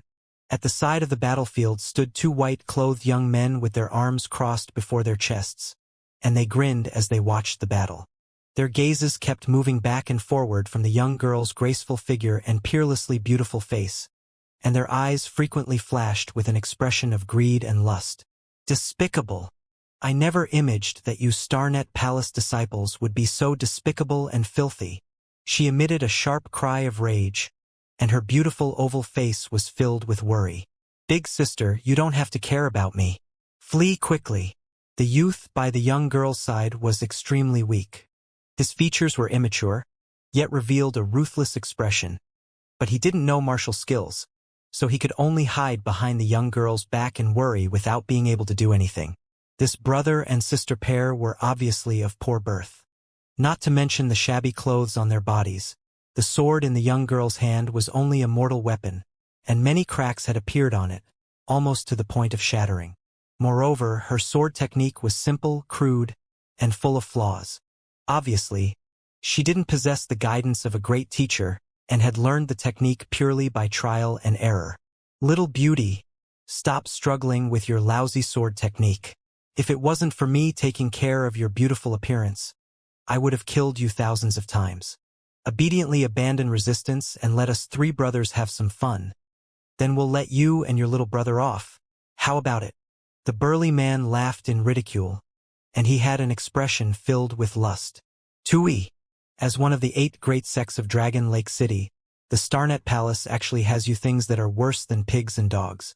Truly disgusting to the extreme. The young girl gritted her teeth as she cursed. Humph! You actually dare curse us as worse than pigs and dogs? You're truly courting death. Since it's like this, then junior brother, kill this little beauty's little brother first, and let her know of our greatness. Right? Kill her little brother first, then play with her body before burning her corpse and obliterating all traces. Who in this world will know that it was us 3 brothers who did it? The two young men who watched from the sides with their arms crossed before their chests sneered and spoke out successively. "All right, I'll do as senior brothers say." The burly man smiled savagely. Then he moved for the kill towards the youth behind the young girl. "You dare?" The young girl was enraged to the extreme. She swung her sword as she rushed forward desperately, actually disregarding her own life for the sake of saving her little brother. Bang! Although the young girl blocked the burly man's attack, the sword in her hand shattered into pieces, and she flew backward for over 30 meters before spitting out a mouthful of blood. "Sister!" The youth was scared to the point he cried out loudly, then turned around to run towards the young girl, and he actually completely forgot that a villain still stood behind him. "One Fei, watch out behind you!" When she saw this scene, the young girl was directly terrified to the point her beautiful face turned pale, terrified to the point her soul almost left her body, and she screamed out bitterly, "It's too late! Ha ha ha! Die!" The burly man raised the enormous sword in his hand and fiercely slashed downwards. When she saw her little brother would be slashed alive into two halves, the young girl couldn't endure it any longer and closed her eyes, and tears gushed out from her eyes like pearls. Pooh! It was at this moment that a wisp of flowing light swiftly appeared. It was fast like a bolt of lightning and directly pierced a bloody hole through the neck of the burly man, and a tall figure appeared like a ghost along with it. Spurt! Blood gushed out like a fountain from the hole in the burly man's neck, causing pearls of blood to scatter into the sky, and the burly man's eyeballs glared angrily, staring fixedly at the youth that had suddenly appeared before him.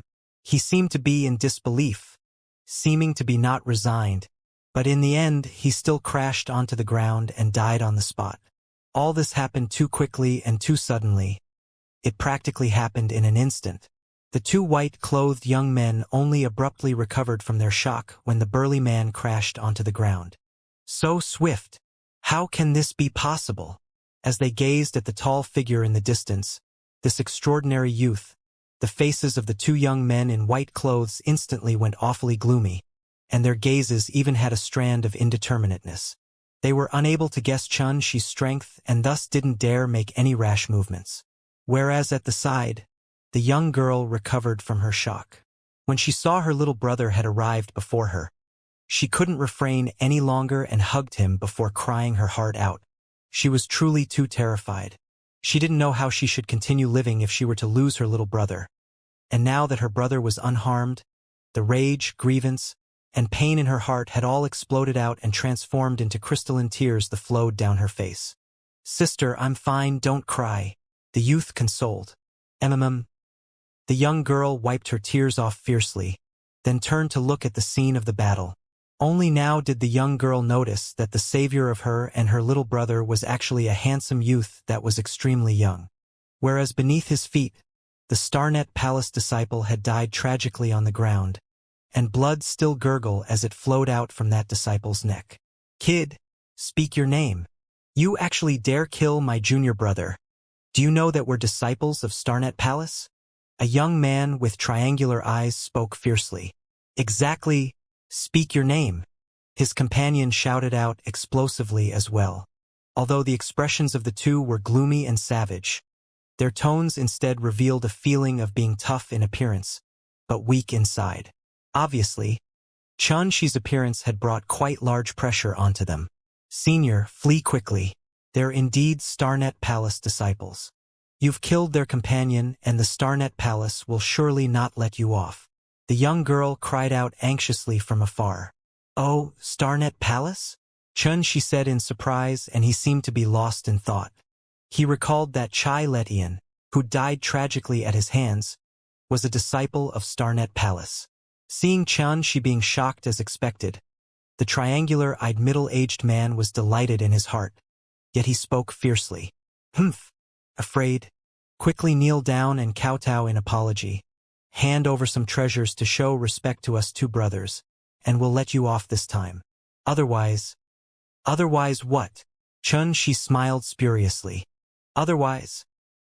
The triangular-eyed young man was stunned. He vaguely noticed something was off, and he said fiercely, "What? You dare resist? You should know that we're disciples of Starnet Palace. one of the 8 great sects of Dragon Lake City. A person without backing like you dares go against us. Xianxia suddenly felt extremely bored. These fellows hung the words Starnet Palace at the sides of their mouths no matter what they said. At most, they were just pawns that relied on the might of their sect to bully others, dogs that were counting on the backing of their sect, and they were simply of the same character as Chai Letian, who always used the name of his ancestor. Most detestable of it all was that as Starnet Palace disciples, these 3 people had instead done despicable deeds like raping women. If it wasn't for him hurrying over, wouldn't this pair of brother and sister have fallen into their malicious hands? When he thought up to here, she couldn't be bothered to say anything more, and with a command in his heart, a Netharism flying sword shot out violently like a bolt of lightning. Pooh! Pooh! These 2 white-clothed young men only possessed a cultivation at the congenital realm, so how could they possibly be a match for Xianxia? They were killed on the spot by the Netharism flying swords before they could even react, and even until their deaths, they couldn't wrap their heads around why Xianxia would strike a killing blow towards them. Could it be that he doesn't know we're Starnet Palace disciples? Or he doesn't know that killing us would be making the entire Starnet Palace his enemy? If they knew that Xianxia had killed young Master Chai Letian, who they respected like a god before this, they would probably have died extremely peacefully, right?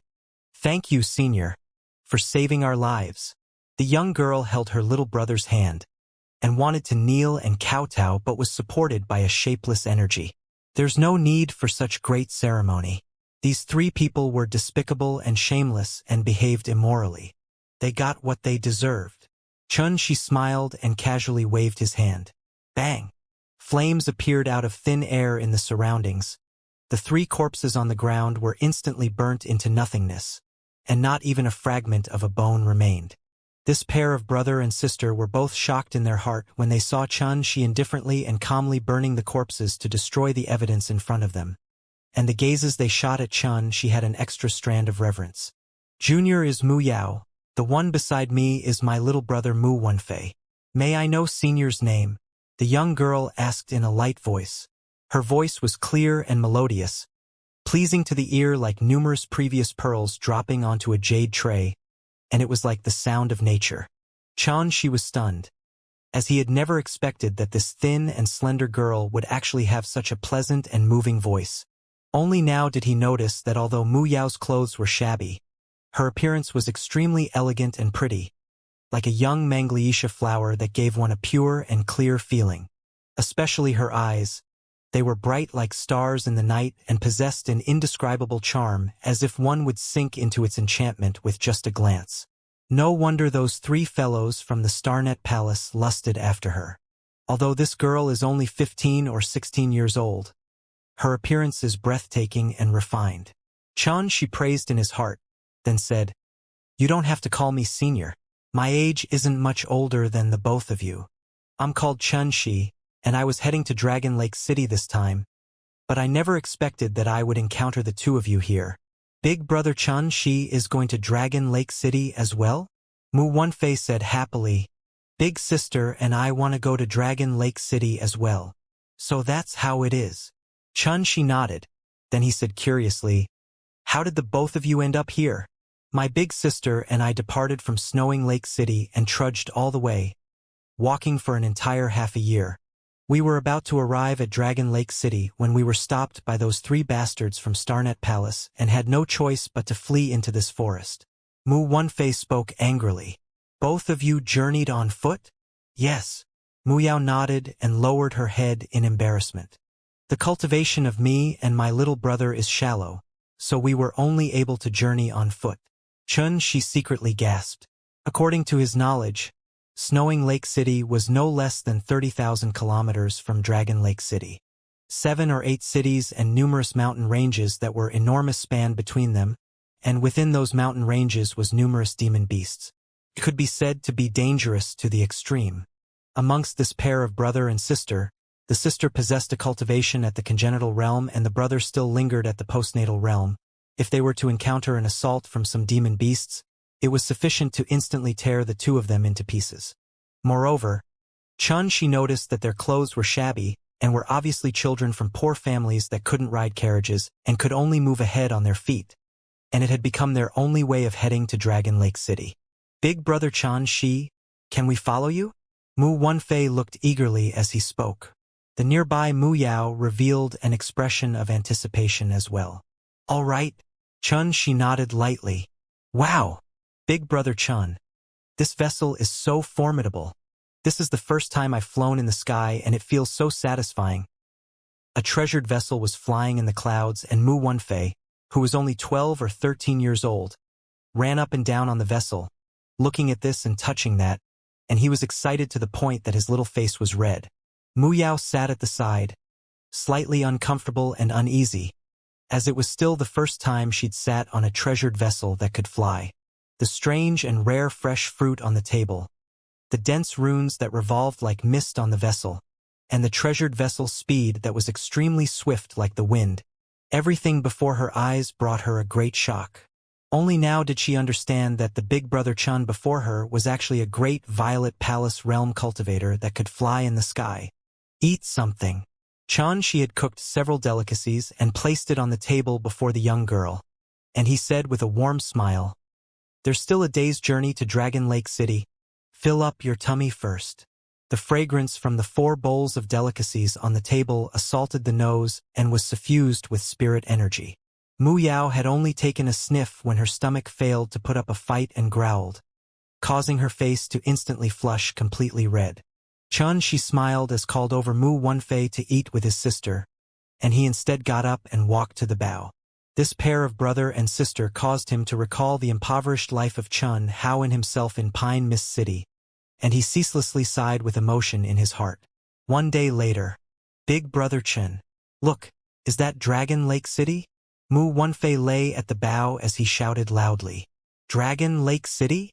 Xianxia raised his eyes to look, and he saw that on the boundless ground in the distance, an exceedingly enormous city that was magnificent and towering had entered his sight. Merely the walls of the city were the height of a few hundreds of people, and they were all pure white like jade as they continued for 50,000 kilometers. Within the city wall, numerous tall buildings stood up from the ground, and when looked at from afar, it was like an ancient dragon that was vast and powerful had coiled here as it looked down at the world. In the sky, countless magnificent and colorful moving lights whistled as they arrived. However, when they were 5 kilometers outside the towering city, all of them obediently descended to the ground and lined up in front of the city gate. Xianxia was full of excitement when he saw such a scene. He'd never seen such a magnificent city, a large city that was continuous and seemed to be boundless. Misty Sea City was large enough. As the trade center of the Southern Territory, it was filled with a prosperous scene, endless streams of horses and carriages, and it was extremely flourishing. But when compared with this large city that continued on endlessly, it was still quite inferior. Compared to this, the Pine Mist City that Xianxia lived in since he was young was even worse, and it was simply like a village in the countryside. This was Dragon Lake City, the core location of the 500,000 kilometers Southern Territory, the #1 largest city. The 8 great sects, 3 great institutions, and the 6 great clans that possessed ancient and long-standing resources and reserves were here, and they were the loftiest holy land of cultivation in the hearts of the cultivators in the Southern Territory. I heard that it's prohibited to fly above Dragon Lake City, and now it would look like that wasn't wrong. Xianxia put away the treasured vessel before bringing Mu Yao and Mu Wenfei to descend onto the ground, and then they walked towards the city gate. The closer they came to the large city, the more they felt its magnificence, grandness, and loftiness, whereas they themselves were so tiny like a drop in the ocean. Little sister Mu Yao, a voice suddenly sounded out. Mu Yao and Mu Wenfei raised their heads to look in unison, and they instantly said with pleasant surprise, Big Sister Qingni. A young man and a young woman stood in the distance. The young man was handsome and tall, seeming elegant and extraordinary. The young woman wore a dress that was like blue jade. Her long hair was like pitch black ink, her skin white like snow and extremely delicate, and she possessed willow-shaped brows and clear eyes, causing her to be extremely beautiful and moving. The two of them stood outside the city gate like a couple made in heaven, and they were like a beautiful scenery that quickly attracted the gazes of the various cultivators that passed by. At this moment, This young woman in a jade dress smiled as she walked over. Obviously, she was the big sister Qingni that Mu Yao and Mu Wenfei spoke of. You brother and sister have finally arrived. Qingni smiled as she spoke. Qingni, this is the Miss Mu Yao and her little brother that you spoke of? The handsome young man smiled as he spoke from the side. And when he saw Mu Yao's pure and refined appearance, a bright light flashed within his eyes. Yes. Qingni nodded, yet didn't explain any further, and she instead said to Mu Yao and Mu Wenfei, you two have come to Dragon Lake City for the first time, and I'm afraid you won't have time to stroll about in the future once you join the sect. Let's go. I'll take the two of you to wash up first, then I'll bring the both of you to have some fun. Mu Yao and her little brother were extremely delighted. Obviously, this big sister Qingni caused them to feel extremely happy. This person is? Only now did Qingni notice the nearby Chen Shi. This is the person that saved our lives. He's called Chen Shi, said Mu Yao with a clear voice. Oh, Qingni nodded, then said, then thank you, fellow Taoist, for lending a hand. Although she said this, the expression on her face remained unmoved. Chen Shi smiled and disregarded it. Let's go, we'll speak after we enter the city. The handsome young man frowned, then glanced impatiently at Chen Shi and asked, fellow Taoist, do you want to follow us? There's no need. Chen Shi shook his head. Mu Yao and Mu Wenfei looked at Chen Shi and still wanted to persuade him. Take this 50 kilograms of spirit liquid as repaying fellow Taoists' favor of saving them. Qingni casually tossed a jade bottle to Chen Shi. She didn't even spare a glance at Chen Shi before pulling Mu Yao and Mu Wenfei towards the city gate, and she said as she walked, it's the first time the both of you have left home. You must be cautious and vigilant. Don't be deceived by some fellows that have ulterior motives. Fellow Taoist, farewell. The handsome young man laughed in ridicule before chasing up to Qingni, and his voice could still be heard from afar. Miss Qingni is right. He saved both of you for no reason. Who knows what thoughts he's concealing? Perhaps he wants to use this relationship between the two of you to strike up a relationship with Miss Qingni. For the sake of climbing up in the world, people nowadays simply resort to every conceivable means. I seem to have become a despicable villain. Chen Shi was stunned, then weighed the jade bottle in his hand before chuckling to himself. Dragon Lake City, the central region of the 500 km Southern Territory. It was the place where the 8 great sects, 3 great institutions, and the 6 great clans were gathered. Any one of these powers possessed deep resources and reserves, and they were extremely ancient. Since a single city was able to contain so many colossi settled within it, one could imagine exactly how large the boundaries of the city were and how shocking of a level its luxuriousness had attained. Chen Shi had just entered the city gate when he noticed the bricks on the streets were all smooth and glossy, untainted by a shred of dust. Everywhere was decorated beautifully, lined with pavilions and palaces, and streets that were 300 m wide. Cultivators of great variety and diversity were like tidewater as they moved about on the streets that lead to all directions. Yet there wasn't the slightest feeling of being crowded. Within Dragon Lake City, every shop was tall, spacious, and deep, and their styles were completely different. It was as if all the building styles in the world had been gathered in a single place. It was a superb collection that was magnificent and grand, and it actually caused Chen Shi to have a feeling that there were too many things for his eyes to take in. The experts here were extremely numerous. Chen Shi's spiritual perception was extremely enormous, and he'd noticed tens of Golden Hall realm cultivators all along the way here. They wore a variety of clothes that were embroidered with different symbols, and they were obviously from different powers. Moreover, Chen Shi had even seen a few Golden Core realm cultivators that flashed past on the street in a group, their clothes fluttering in the wind, and it caused their figure to seem elegant and unrestrained. Everywhere they passed, everyone revealed an expression of reverence and adoration. In Dragon Lake City, cultivators at the Golden Core realm were already great figures at the peak ranks of cultivators.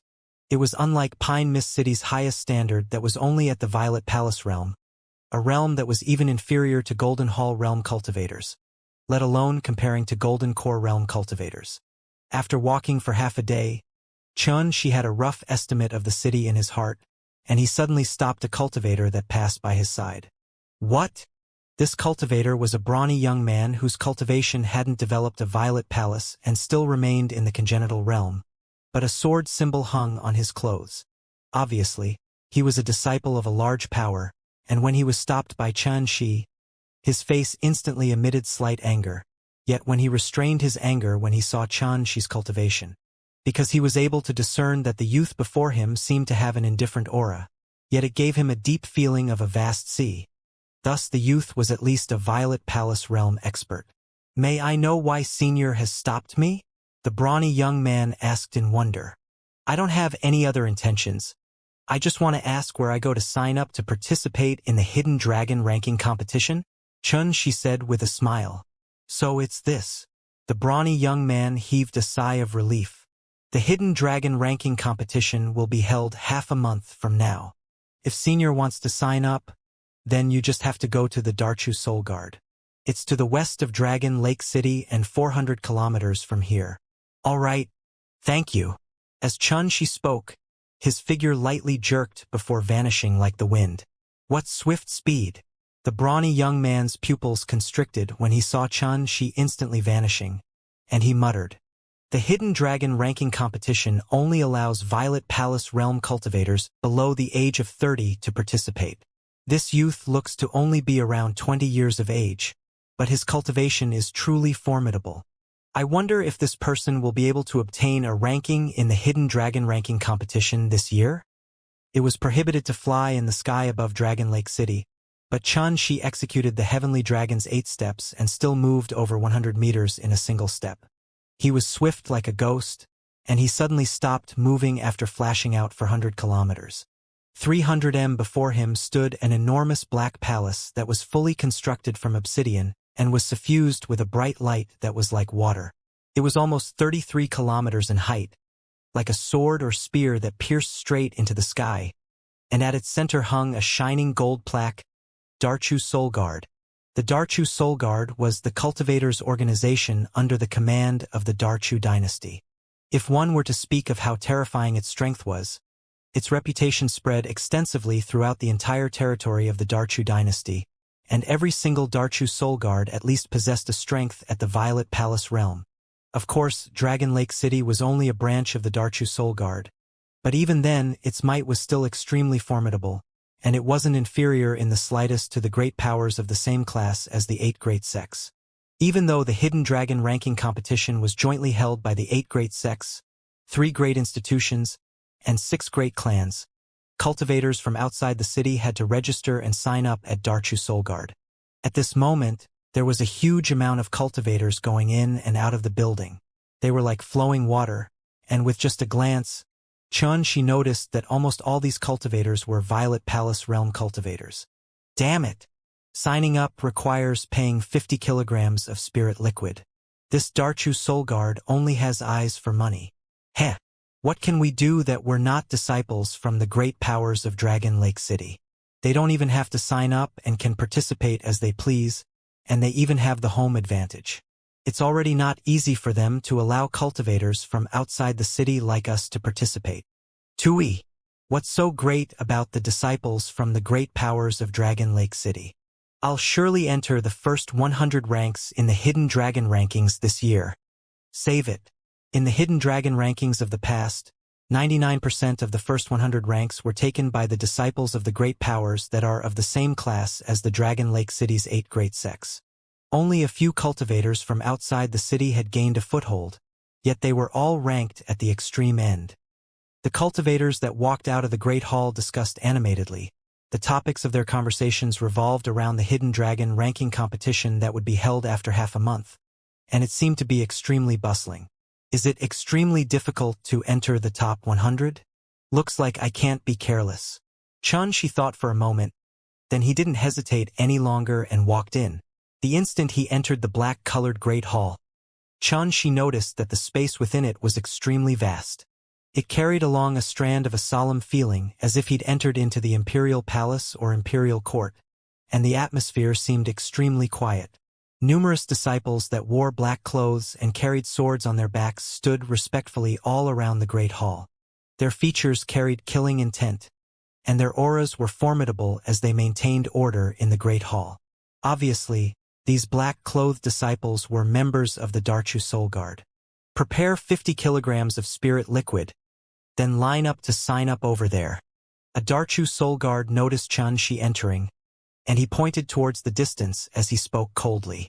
There was a long line that was like a dragon in the distance, young youths, valiant middle-aged men, pretty girls, old men. There were both old and young, men and women.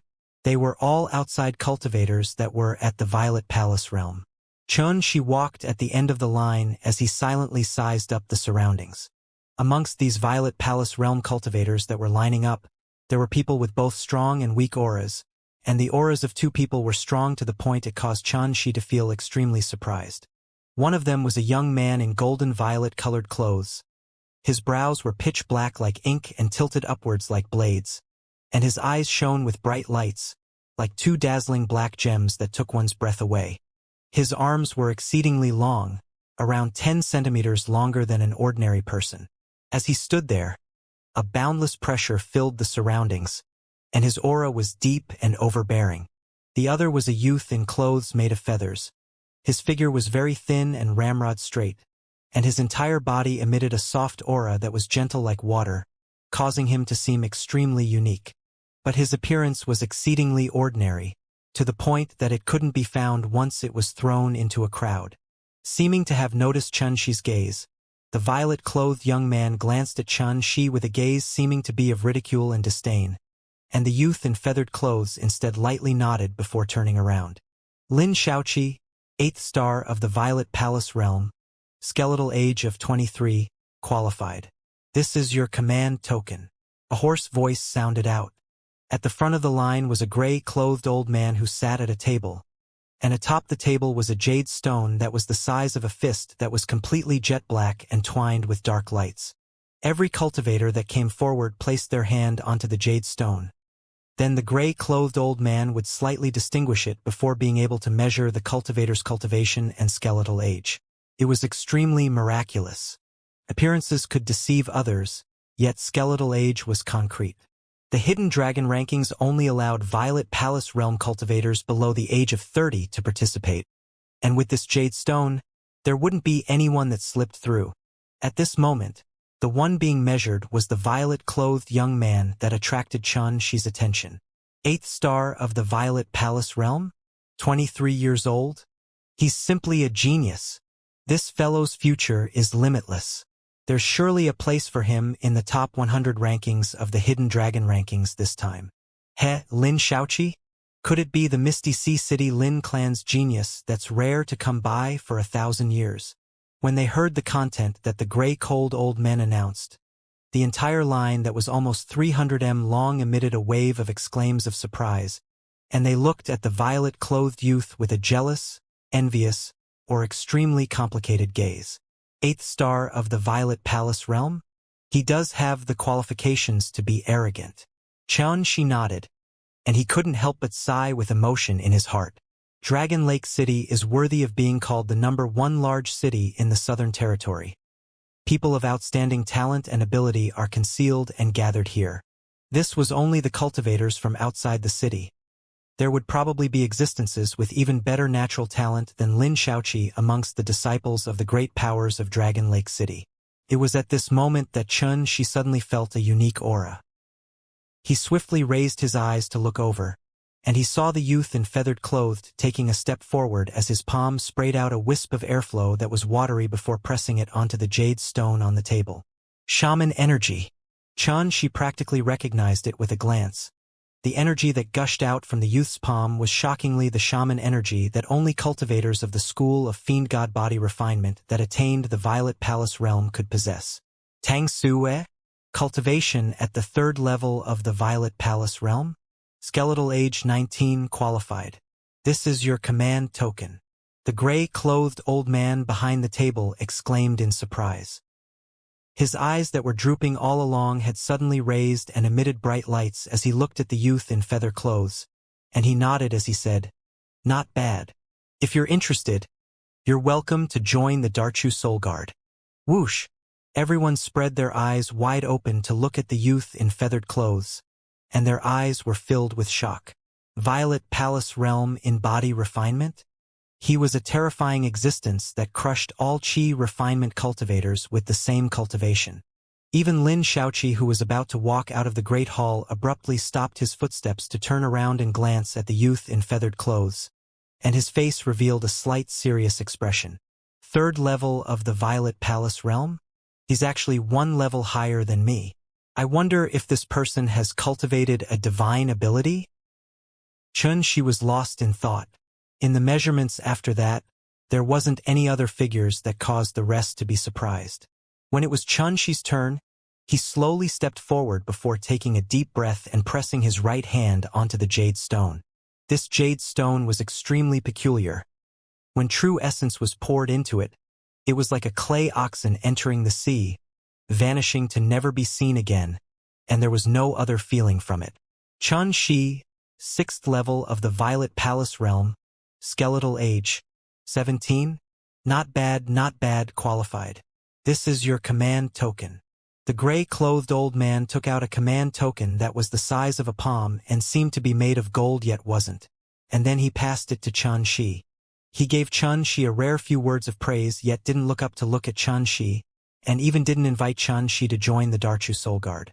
Obviously, compared to Tang Su from before, who'd attained the 3rd level of the Violet Palace Realm in body refinement at the age of 19, Shi's weight was still insufficient. But even then, Shi's natural talent of advancing to the 6th star of the Violet Palace Realm at the age of 17 still caused a wave of surprised exclaims from the line behind him, and when he turned around, he saw a row of gazes of envy and jealousy. If they find out that I also dual cultivate in body refinement, I wonder what sort of expressions they would have. That gray-clothed old man would probably invite me to join the Darchu Soul Guard, right? Shi shook his head as he dispelled these childish thoughts from his mind. Then he took the command token that had the words Hidden Dragon written atop it and walked out of the Great Hall. There's still half a month before the Hidden Dragon ranking starts. Looks like I have to take advantage of this time to properly prepare and build up my strength. Shi pondered as he walked. Shi, how dare you? You've come to Dragon Lake City, yet you didn't notify us? What kind of friend are you? Right when Shi had just walked out of the Darchu Soul Guard's Great Hall, an unusual cry sounded out from afar, and when he raised his head to look, he saw that Duanmu, Song Lin, and Du Qingxi were shockingly standing in the distance. How large was Dragon Lake City? Yet he just happened to meet Du Qingxi's group of 3 on the first day. After entering Dragon Lake City for not even a day, this was rather too much of a coincidence. So, after being stunned for a moment, Shi asked, "All of you knew I'd come for a while now?" Duanmu grinned as he walked up. "We only just found out. Let's go. Let's leave this place first." As he spoke, he pulled Shi's arm before walking towards a side. "Nay!" A carriage that was pulled by 6 azure-scaled unicorns came over and stopped, and it was simply like a moving fort. It was studded full of pearls and agates, and the carriage was even fully inscribed with dense and profound talisman markings that flowed with bright lights. The carriage encompassed an area of around 20 m. On its 4 walls hung screens that had gold embroidery and jade inlaid on it, and it possessed oppressive spirit energy and was able to cut off spying from the outside. The seating was all covered in exceedingly soft violet mink fur. At the center was a table made of white jade and Phoebe Jinan wood. Placed atop, it was over 10 trays of sweets, spirit fruits, delicacies, and fine wine. All of them were rare treasures, luxurious to the extreme. After Duanmu pulled Shi into the carriage, Du Qingxi and Song Lin followed in as well. What dense spirit energy! The instant he sat on the soft seating, Shi noticed to his astonishment that a large spirit gathering formation seemed to have been set up within the carriage, and the spirit energy within was extremely abundant. Heh! This isn't the only wonder of the 6 unicorn-treasured carriage. Duanmu smiled mysteriously, and he instructed towards the outside at the same time. Head to the Immortal assembling pavilion. Okay. The old man that drove the carriage replied. Then the 6 unicorn-treasured carriage dashed out swiftly. If one didn't carefully sense it while sitting within the carriage, one would be utterly unable to feel the carriage was moving swiftly. Not long after they left the Darchu Soul Guard's great hall, Duanmuze seemed to have secretly heaved a sigh of relief, and he smiled as he scolded. "You're really too bold. Running off to the Darchu Soul Guard by yourself? Aren't you afraid the Su clan will capture you?"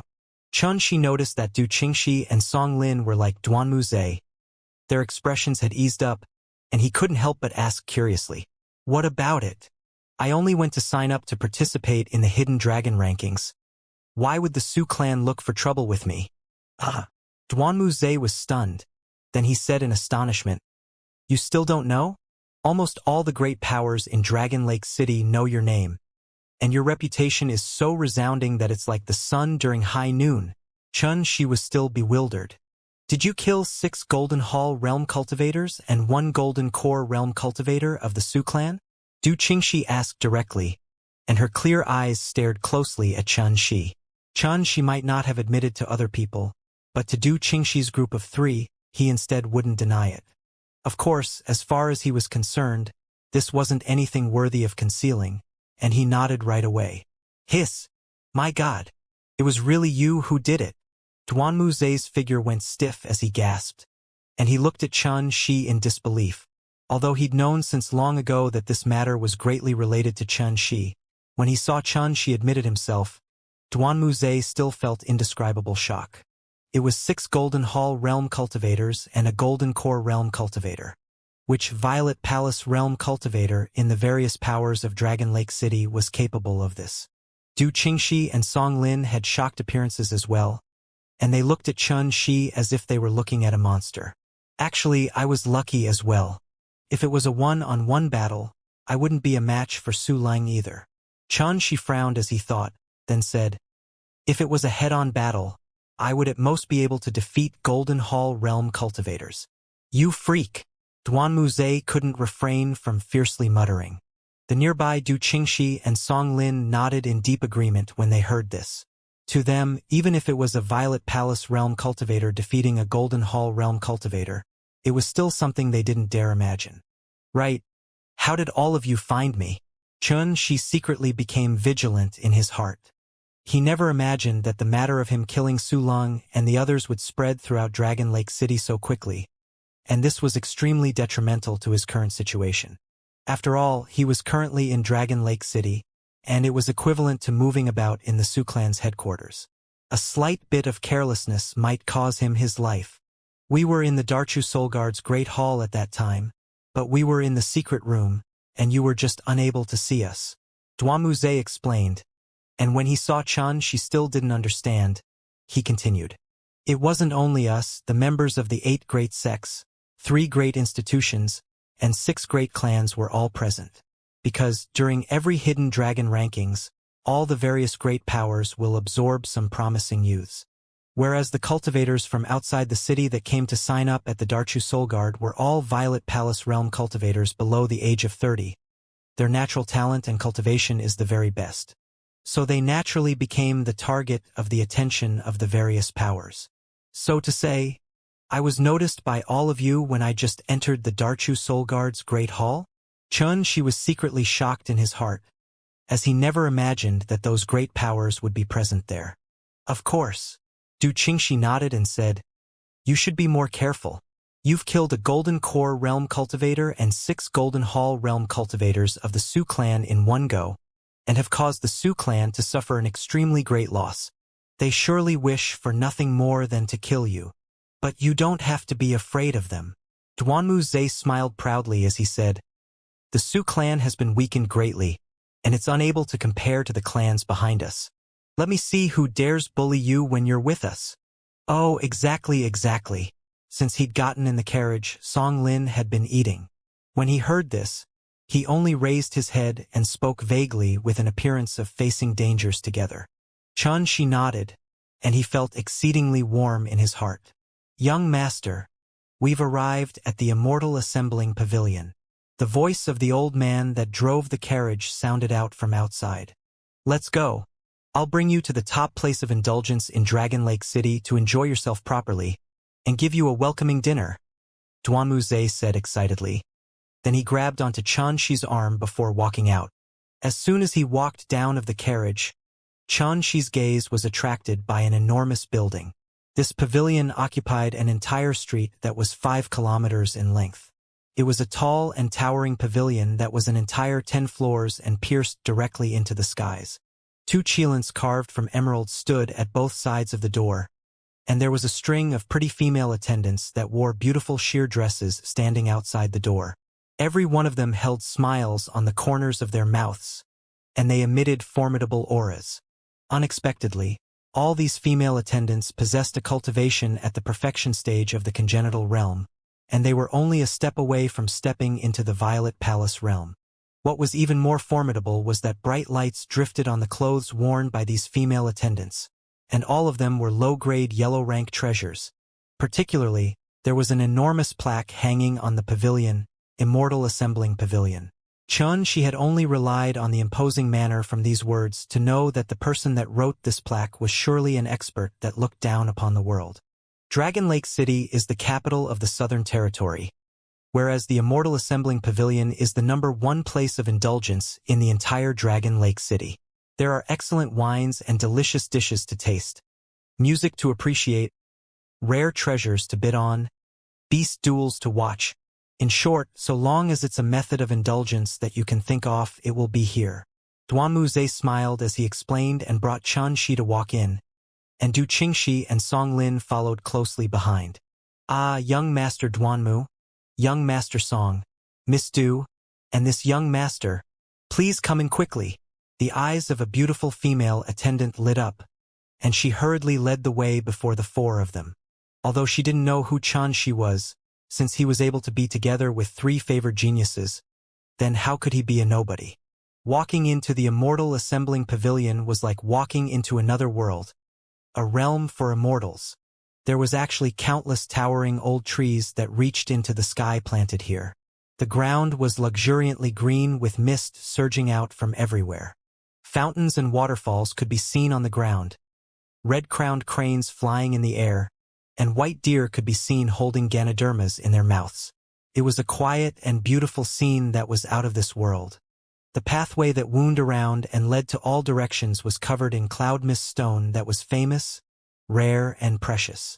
It seemed like a mirror, smooth and translucent, and when glanced at, it looked as if there were numerous white clouds within it that were interwoven with the many hues of a rainbow. When once walked on it, it was like being in the clouds, and it caused a feeling of looking down at all living creatures to emerge. At this moment, there were many cultivators shuttling up and down atop it. They were either resting under the green pine trees at the edge of a precipice, or sitting in the wavy clouds listening to music, or holding a wine cup as they stood by the pool and admired the exotic flowers and herbs.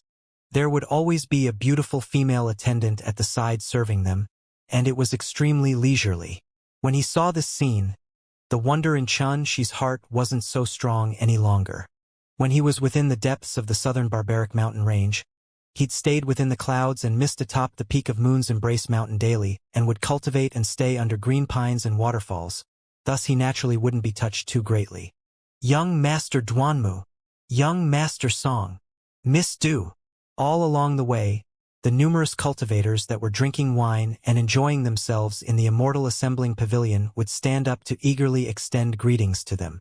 For a time, it actually caused Xianxia to have a feeling like a myriad of stars surrounding a bright moon. Xianxi's surroundings finally became quiet after they sat in a bamboo pavilion that was by the mountains and rivers, and he couldn't help but sigh with emotion when he saw the composed expressions of Duanmu and the others. These noble disciples that come from great clans have probably become accustomed to the feeling of being crowded around since long ago, and they are naturally able to engage in social activities with high proficiency. Go. Arrange for Master Yu to cook a 9 treasures banquet. Duanmu instructed directly. Young Master, please wait. The beautiful female attendant bowed before withdrawing. Only Xianxia, Duanmu, Du Qingxi, and Song Lin remained within the bamboo pavilion. Master Yu is the Immortal Assembling Pavilion's 5-leaf spirit chef, and the dishes he cooks even makes Golden Core Realm cultivators feel extremely comfortable from eating it.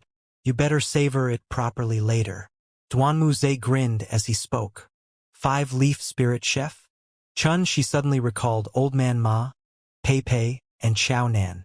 He recalled the days of practicing culinary arts at Clear Stream Restaurant, and he couldn't help but feel gloomy in his heart. I wonder when the Spirit Chef rankings will start? I promised Old Man Ma that I would participate in it once. This is his heart's desire, and I must complete it for him. What's wrong? Du Qingxi noticed that Qianxi's expression was off, and she couldn't refrain from asking in a light voice. Qianxi shook his head and dispelled the distracting thoughts in his heart, then said, "It's nothing. I just recalled that I was once a spirit chef, but I was only at the level of 2 leaves." Du Qingxi was stunned.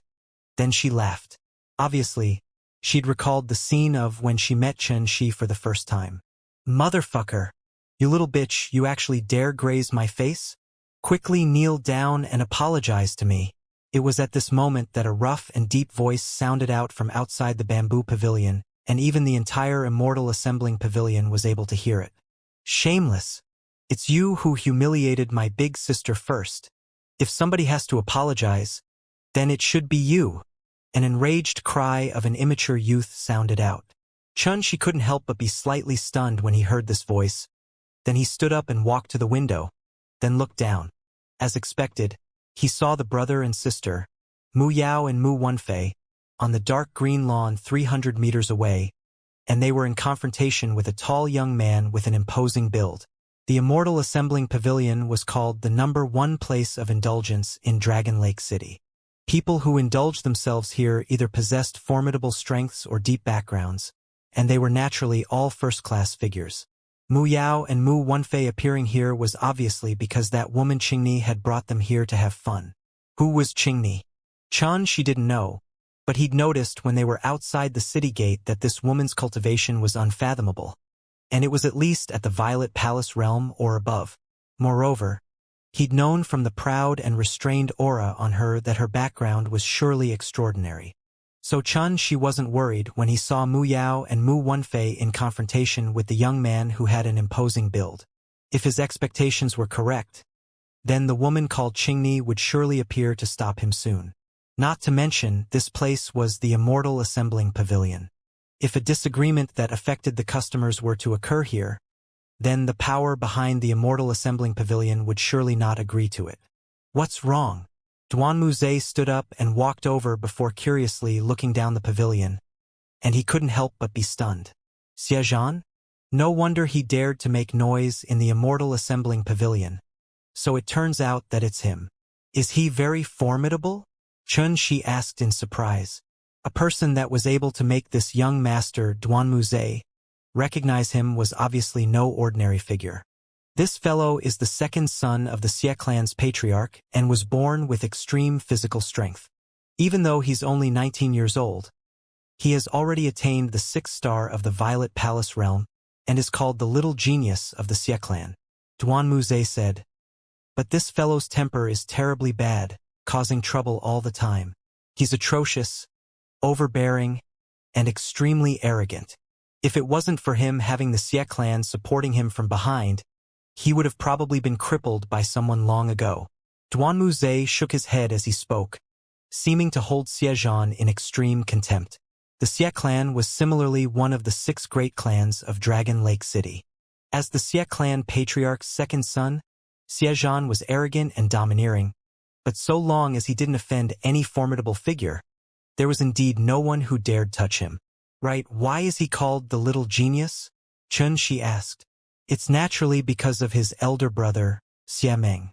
In the Xie clan, Xiameng and Xiaozhan were called as the Big and Little Genius. Especially Xiameng, he's extremely formidable and is an existence that was 23rd in rank on the last Hidden Dragon rankings. After all, he was only 13 at that time, and he'd already cultivated to attain the 7th star of the Violet Palace realm. Presently, 10 years have passed, and his strength is surely even more formidable." Duanmuze explained, and his eyes contained a strand of extremely deep fear. Qianxi had to admit, this Xiameng was indeed formidable for attaining the 7th star of the Violet Palace realm at the age of 13. According to this speed, 10 years later, today, what extent would his cultivation have attained? Dragon Lake City is worthy of being called a place that's a lair of dragons and tigers, She was already unable to remember how many times he'd let out an emotional sigh about this. This caused him to understand even more deeply that however great one was, there was always someone greater. This world was too vast and would forever have no lack of monstrous geniuses. He's going too far. It was at this moment that Duanmuze was stunned. Then his gaze abruptly focused towards outside the pavilion. She turned around, and his expression instantly went gloomy when he heard the sounds of discussion. Mu Yao and Mu Wenfei were extremely uneasy, as everything here caused them to feel unaccustomed. The scene that was like an immortal realm, the luxurious and exquisite food, the men and women that were smartly dressed and possessed an oppressive air of nobility. This place wasn't the commoners' district that they were familiar with, and the people they met weren't the impoverished people in the town they were familiar with. Everything in this place caused a strand of dense inferiority and helplessness to emerge from their hearts, like a terrified little fawn that ran into a pack of wolves. Struck with panic, terrified, and uneasy, boundless rage was contained on the face of the brother and sister, and as they looked at the tall young man with a cold smile, his gaze was like a cat playing with a mouse. They wished for nothing more than to turn around and leave this den of demons that caused them to feel uneasy, helpless, terrified, and enraged. Little brother, speak no more. I'll apologize. Mu Yao took a deep breath and stood before her brother as she forcefully restrained the rage in her heart. However, as soon as she finished saying this, her slender figure trembled unrestrainedly. This clearly showed how great the rage and humiliation this young girl that was only 15 or 16 was enduring. It's too late. Kneeling down and apologizing won't do. I'll only let you and your brother off if you agree to be my concubine. How about it? Xianxia raised his chin as he spoke unhurriedly. You! Mu Wenfei's face was livid as he roared. If it wasn't for you trying to flirt with my big sister first, she wouldn't have grazed your face. You entirely bully others. Mu Yao was dumbstruck, as only until now did she understand that the big and tall young man before her didn't intend on letting her off since the beginning. Ha ha ha ha. When he saw the enraged and helpless appearance of the brother and sister, Xianxia wantonly roared with laughter at the sky. I'm bullying others, so what about it? If it wasn't for your appearance being not bad, this young master would have killed both of you long ago. Why else would I speak so much nonsense with the two of you? Mu Yao and Mu Wenfei were enraged to the point their bodies trembled, and they were extremely alike to caged beasts that had fallen into despair and helplessness. The commotion over here had drawn the attention of the nearby people long ago. Numerous gazes that carried ridicule focused onto Mu Yao and Mu Wenfei, and they seemed to have an appearance of watching the show. The gazes of these people were extremely discerning. They were able to discern from the behavior and expression of the brother and sister that they had just entered Dragon Lake City and might have come from some remote village. Who would have nothing better to do than to stand up and offend Xianxia for poor and lowly people like them? I'll count to 3. If you don't agree, then I'll use force. Xianxia held up a wine cup before slowly sipping and savoring it with a calm and composed appearance. It was indeed as the other people thought. He discerned that this brother and sister didn't seem like people who had any background, and that's why he was being so unbridled. Agree to young Master Xia. He's the little genius of the Xia clan. You can enjoy wealth and position for your entire life once you follow him, and that's much better than anything else. Exactly, how many people fight to their deaths, yet are unable to find a chance to have a meteoric rise like this? You have to cherish it. The nearby spectators emitted a wave of loud laughter as they added fuel to the flame. Mu Yao and Mu Wenfei's bodies trembled even more intensely when they heard the surrounding discussions and loud laughter.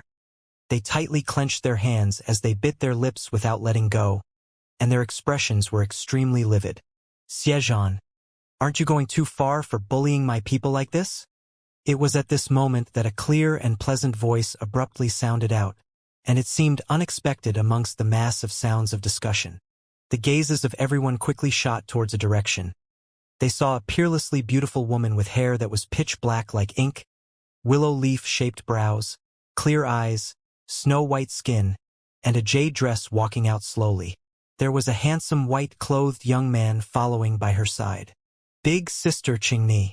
When they saw these two people, the excitement in Mu Yao and Mu Wenfei's heart could be easily imagined. When he saw these two people appear, Chen Shi, who was within the bamboo pavilion, couldn't help but heave a sigh of relief. When he heard Xiaozhan humiliate Mu Yao and Mu Wenfei earlier, he was almost unable to refrain from making a move. Yan Qingni, little brother. Duan Muzhe had an astounded expression. What's going on? Chun Shi couldn't help but be stunned. Yan Qingni is one of the 36 elite disciples of the Wandering Cloud Sword Sect, and the one beside her is Duanmu's younger brother, Duanmu Lin. Unnoticed to him, Du Qingxi had walked to arrive before the window, and she spoke in a light voice. Chun Shi came to a sudden understanding and completely eased up. With the appearance of these two people, Mu Yao and Mu Wenfei would naturally be safe and sound. However, the development of the matter wasn't as Chun Shi expected. Xiaozhan was only slightly stunned when he saw Yan Qingni and Duanmu Lin appear. Then he sneered. Your people? Your people can be so presumptuous? Then what do you want? Yan Qingni's beautiful brows frowned. Actually, she was unwilling to go against an arrogant and domineering son from a powerful clan like Xiaozhan, as offending the Xie clan behind him for the sake of Mu Yao and Mu Wenfei wasn't worth it. Seeming to have discerned Yan Qingni's thoughts, Duanmu Lin said with a smile, Brother Xie, how about this? I'll ask Mu Yao and Mu Wenfei to apologize to you, and we'll end this matter at that. As he spoke, Duanmu Lin turned around and instructed Mu Yao and Mu Wenfei. What are you two still staring blankly for? Quickly apologize to young Master Xie. Mu Yao and Mu Wenfei were both dumbstruck. They originally thought that their savior had come, but unexpectedly, they still had to apologize in the end, and this caused the two of them to be slightly taken by surprise. It's he who tried to flirt with my big sister first, and it's he who is in the wrong. How can you ask us to apologize to him? Mu Wenfei summoned up the courage to speak. Idiot! Duanmu Lin glared fiercely at Mu Wenfei, and he wished for nothing more than to slap this rash youth to death. I'll apologize. Don't scold my little brother. Mu Yao loved her little brother the most. When she saw Duanmu Lin snap at her little brother, she couldn't help but speak out to protect him. All right, because of giving face to the two of you, ask her to kneel down and kowtow 100 times, and I'll let the two of them off. Xiaozhan smiled gloomily. Mu Yao was stunned. Her little face went completely red from anger. Yet when she looked at the nearby Yan Qingni, she instead noticed that Yan Qingni remained completely indifferent, causing her heart to instantly touch rock bottom, and her entire body started to tremble intensely once again. Humph!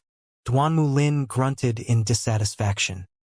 He was truly unable to understand why this pair of brother and sister that had nothing to depend on would be so keen on not losing face.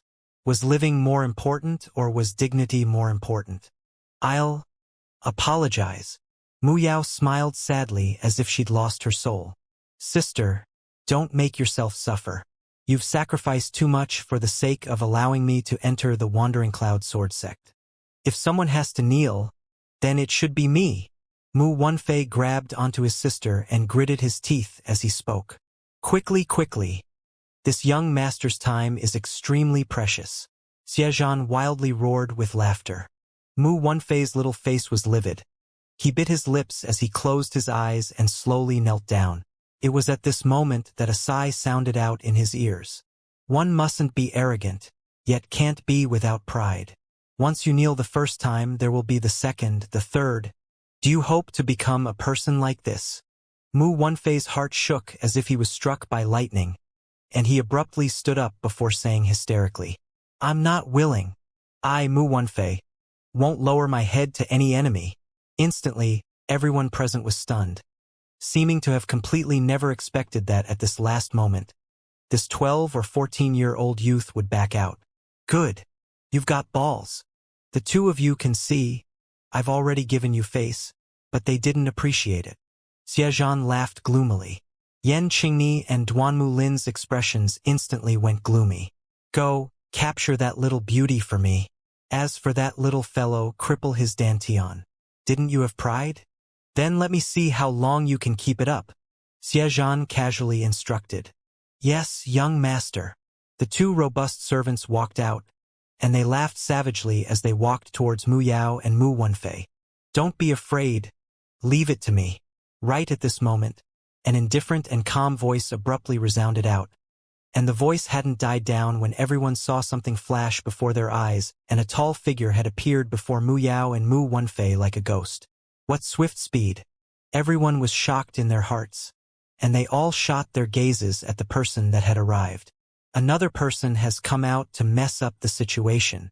When they saw this scene, the gazes of almost everyone in the Immortal assembling pavilion shot over, and their gazes were of extreme excitement. Yan Qingni was one of the 36 elite disciples of the Wandering Cloud sword sect.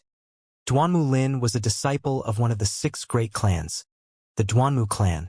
These two people who were top figures in the younger generation and possessed both status and background, yet were helpless against Xianxia. Which great figure is the kid that has entered into the scene now? Would he be able to do anything to Xianxia? Big brother Chen Shi. Mu Yao and Mu Wenfei spoke in pleasant surprise. The person that had arrived was Chen Shi. Since he'd brought the pair of brother and sister into Dragon Lake City, how could he stand idly by at this moment? "You two stand aside and watch. I'll take both of you with me later."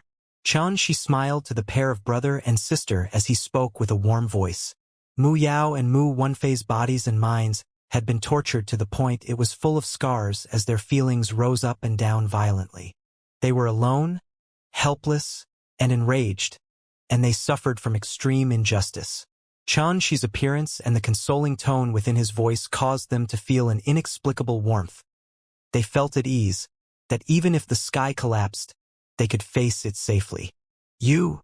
Yan Qingni frowned, then she said with an expression of disdain, "This isn't the time to flaunt your ability or seek to outshine others.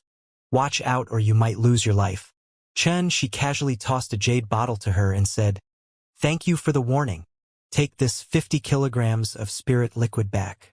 I saved Mu Yao and Mu Wenfei and brought them to Dragon Lake City not for the sake of establishing connections with anyone to climb up in the world." Yan Qingni was stunned. She held on to the jade bottle and said no more. She couldn't be bothered to say anything else, as this fellow was obviously a cultivator from outside the city that didn't know how great the Xie clan was, yet wanted to take advantage of this opportunity to be in the limelight. During these past few years, she'd seen too many cultivators from outside the city that didn't know anything, yet were thinking of how to become famous, how to use any opportunity to seek the limelight, and in the end make a name for themselves in Dragon Lake City. But regretfully, without exception, the ends of all these people were extremely tragic. At this moment, Chen Shi had undoubtedly become a person like this in the eyes of Yan Qingni. "Hey brother, are you trying to be a hero?" Duanmu Lin seemed to feel that his limelight had been taken away, and he said sarcastically, "Don't accidentally harm your own life. There'll be no one to clean up your corpse after you die." Chen Shi smiled as he pointed towards the distant bamboo pavilion, then said via voice transmission, "There's a person there who asked me to tell you to leave quickly. Otherwise, he asked me to help him break your fucking legs. Motherfucker. Let me see who dares say this." Duanmu Lin burst into rage. He raised his head to look up yet saw an extremely familiar face flash at the bamboo pavilion window, causing his heart to shake, and his countenance instantly went exceedingly pale. He didn't say a single word before hastily turning around and leaving in haste. Everyone looked curiously at the bamboo pavilion when they saw this scene, yet they saw the window was already closed and they couldn't see the actual situation inside. Yan Qingni glanced suspiciously at Chen Shi, and her expression was doubtful and indeterminate. Due to Chen Shi using a voice transmission, she didn't hear anything. Yet she clearly saw that Duanmu Lin, who'd always feared nothing, emitted deep fear. How can this be possible? For the sake of chasing after me, Duanmu Lin has stuck to me like a leech during these past few days. So how could he not even say anything and walk away? Could it be that this youth had an extremely terrifying background as well? Yan Qingni was unable to make it out, so she planned to stand by and watch. She wanted to see how this fellow would deal with Xianxia, who was a little fiend incarnate. "Fellow Taoist, could it be that you want to go against me?" Xianxia slowly spoke out, and his eyes were like a venomous snake as he sized Chen Shi up from top to bottom. Since Chen Shi had appeared until Duanmu Lin left, Xiaozhan had been looking coldly from the side all along. Although he was arrogant and overbearing, he wasn't an idiot. He knew that a person that dared come out and go against him at this moment was either a rash youth or someone who thought they had a certain level of strength, and Chen Shi's behavior was obviously not that of a rash youth. "That would depend on what you do," said Chen Shi indifferently. Xiaozhan's eyeballs turned.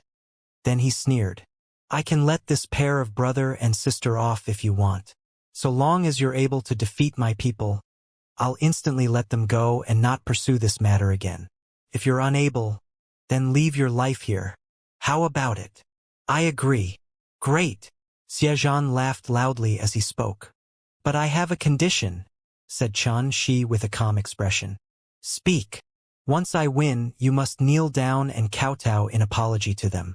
Not many, just 3 times. Chen Shi spoke in a light voice. "You?" Xiaozhan's eyes sprang wide open and he said with a gloomy expression, "Kid, do you know that you're playing with fire? Don't dare to agree?"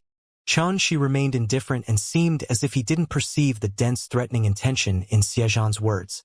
"All right, I'll set the rules of the battle." Xiaozhan pondered for a long time before saying gloomily, "Best of 3. If you win, I'll do as you said right away. If you lose, then die. Don't worry.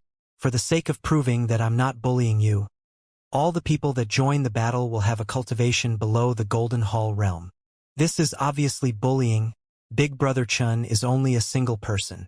How can he fight 3 consecutive battles?" Mu Wenfei cried out loudly.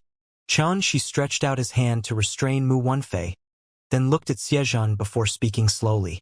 "All right." Xiaozhan laughed savagely, then shouted out explosively. "Attendant, arrange for an arena that can hold 1,000 people. I want to let everyone see how this detestable cultivator from outside the city dies a tragic death." The Immortal Assembling Pavilion was called the #1 place of indulgence in Dragon Lake City. Thus it naturally wouldn't lack arenas to allow their guests to bet and spar as entertainment. For the sake of making a name for themselves in Dragon Lake City, many cultivators from outside the city would choose to participate in wagered battles in the arenas here. Those with shocking strength had an extremely high possibility of becoming a great power's follower, disciple, retainer. They would experience a great leap in social status and standing and enjoy boundless resources. At this moment, in the arena that was able to allow 1,000 people to spectate, the seats had already been fully seated long ago, and Du Qingxi's group of 3 had chosen seats in the corner as well. The gazes of the 3 all descended onto Chen Shi, who was before the arena. This fellow Chen Shi does indeed regard friendship as extremely important. He actually didn't spare to offend the Xie clan for the sake of a pair of brother and sister that were neither his relatives nor an old friend. If it was me, I probably wouldn't have the resolution he possesses. Duanmu spoke emotionally. "Is this not good?" Du Qingxi replied with a question. "Yeah, is it not good?" Song Li asked as well. Duanmu said in irritation and embarrassment. "Did I say it isn't good? Truthfully speaking, in this world, I, Duanmu, would only entrust my life without the slightest worries to a friend like Chen Shi. Other people don't even dream about it." Du Qingxi and Song Lin looked at each other and smiled. Then they nodded in deep agreement. Chen Shi was such a person. He didn't have many words and fine promises, yet for the sake of a friend he'd affirmed, he'd lend a hand without the slightest hesitation. In this current ruthless reality that was Cultivation world where everyone tried to deceive each other, a person like this was truly too rare. To Du Qingxi's group of 3, the friendship they'd established with Chen Shi became even more extremely precious. Before the arena, 2 more people had appeared by Xiaozhan's side. One was a young man in golden violet-colored robes. His brows were pitch black and his eyes were like 2 dazzling black gems that took one's breath away. Another was a youth in clothing made of feathers, his appearance ordinary, yet his bearing was soft like water and he was extremely unique. These 2 people were shockingly Lin Shaoqi and Tang Su that Chen Shi had seen in the Darchu Soulguard's Great Hall. For the sake of safety, Brother Lin will be the first to take the arena in this battle, Brother Tan will be the second. How about it? Xiaozhan spoke slowly. Lin Shaoqi smiled in a carefree manner. We'll do as young master says. but I think Brother Tang will probably not have the chance to take the arena. Haha. The meaning of his words was that he was able to kill Xianxia in the first round. That's naturally the best. Tang Su nodded with a calm expression, and it caused others to be unable to discern what exactly he was thinking. All right, after this matter this time is accomplished, the two of you'll receive considerable benefits. Xianxia laughed slyly, then his gaze shot towards Xianxia, who was at the other side of the arena, and a trace of savage killing intent appeared on the corners of his lips. It was at this moment that a beautiful and refined female attendant walked up the arena at a slow pace. Then she smiled happily as she swept the surroundings with her gaze, and said, "The wagered battle this time is initiated by the Xie clan's young master Xianxia, and the other side is a cultivator from outside the city. Oh, forgive me for not knowing his name, but I presume that a person that can make young Master Xie initiate a challenge against is a formidable figure." The female attendant paused for a moment before continuing. "The rule of the arena is extremely simple, life or death doesn't matter. Now, both parties please enter the arena." Swoosh! Lin Xiaoqi was impatient since long ago. As soon as the female attendant finished speaking, he tapped his leg on the ground before his entire body was like a large bird that lightly descended onto the arena. His movement was rapid and smooth like flowing water, and he'd instantly won the attention of most people. Why is it this fellow? She couldn't help but be stunned when he saw Lin Xiaoqi. He still remembered that he'd seen this person earlier in the Darchu Solguard's Great Hall. This person was only 23 years old, yet possessed a cultivation at the 8th star of the Violet Palace realm. During the registration at that time, he was extremely eye-catching amongst the numerous Violet Palace realm cultivators. As he thought this, Xianxi's legs weren't slow in the slightest, and he walked up the arena step by step, revealing a very ordinary entrance. Whoosh! Right when Xianxi stepped onto the arena, a layer of dense and complicated talisman markings abruptly appeared all around the entire arena, and it interwove together like flowing water to swiftly form an enormous screen of light that completely covered the entire 300m area of the arena. Profound Balance Grand Formation. It was a high-grade defensive formation that was able to withstand the attack of a Golden Core Realm cultivator. "Kid, we meet again. Unfortunately, it's the last time we meet." Lin Xiaoqi smiled coldly. Then his eyes abruptly exploded out with unprecedented battle intent and bright lights before his figure lightly moved to actually vanish into thin air. Subsequently, Xianxi saw that a blade that glowed with a cold light became larger and larger within his eyes amongst the pain he felt in them, and it was sharp and cold. Lin Xiaoqi was obviously a fellow with abundant live combat experience. He attacked decisively without the slightest bit of indecision and without the slightest scruples. Actually, there was no need for any scruples, as in the arena, life and death was decided by fate, and even if his opponent was an extremely influential person, he still wouldn't be soft on his opponent because of this. This sword strike was the sword technique he was adept in, single-stroke cloud-piercing sword. It was swift like a bolt of lightning, and the sword light seemed as if it tore open the clouds in the sky as it emitted a buzz as it flashed over. Swoosh! His sword pierced onto Xianxi's head, yet it seemed as if he pierced into the air. Shockingly, it was Xianxi's afterimage. Shit! He hurriedly turned around before retreating explosively. But he was still a step too late, and a voice sounded out in his ears. "Your speed is too slow. I could have killed you more than 100 times when you struck out with your sword. You aren't Xianxia. I'll just teach you a lesson this time. Don't carelessly do someone a favor in the future, so as to avoid dying a graveless death. You're courting death." Lin Xiaoqi roared in explosive rage. Then his figure contracted as he aroused and circulated the true essence in his entire body. His entire body was like a bullet that swiftly leaped about the arena, leaving behind layer after layer of illusory images, causing no one to be able to figure out where his body was actually at. Myriad Shadow Light Confusion Technique. This was a rare technique that, when executed to the limit, was able to produce over 10,000 illusory images. Moreover, every illusory image possessed a shadow, a mixture of true and false where one could replace the illusions, and it was able to confuse the light of the sun and moon. But how could his speed possibly surpass Xianxi? When Xianxia was at the depths of the southern barbaric mountain range, his movement technique had already attained the Dao Insight realm, and it was even the free and fluttering wind Dao Insight. His speed was so swift that it had reached an extent that was extremely astonishing. Lin Xiaoqi was indeed extremely formidable, yet he was like a child in Xianxia's eyes. When he executed the myriad shadow-like confusion technique, Xianxia had already followed him like a shadow to appear behind him. Then his hand grabbed down to instantly choke Lin Xiaoqi's throat from behind, and he only had to lightly exert strength and it would be an end of dying on the spot for Lin Xiaoqi. Kacha! Kacha! At almost the exact same instant, Xianxia's left hand stretched out like a dragon's claw, and with a grab and twist on both of Lin Xiaoqi's shoulder blades, the muscles and bones were instantly torn apart and broken, causing his arms to be crippled. Cough! Cough! Lin Xiaoqi was in pain to the point that his face was warped and hideous, but his throat was bound tightly by Chen Shi, so all his cries of pain had transformed into sounds that were like the cry of a rooster. Hiss! The 1,000+ cultivators that were spectating the battle gasped. They almost didn't dare believe their eyes, as only a few breaths of time had passed. Yet the battle had ended?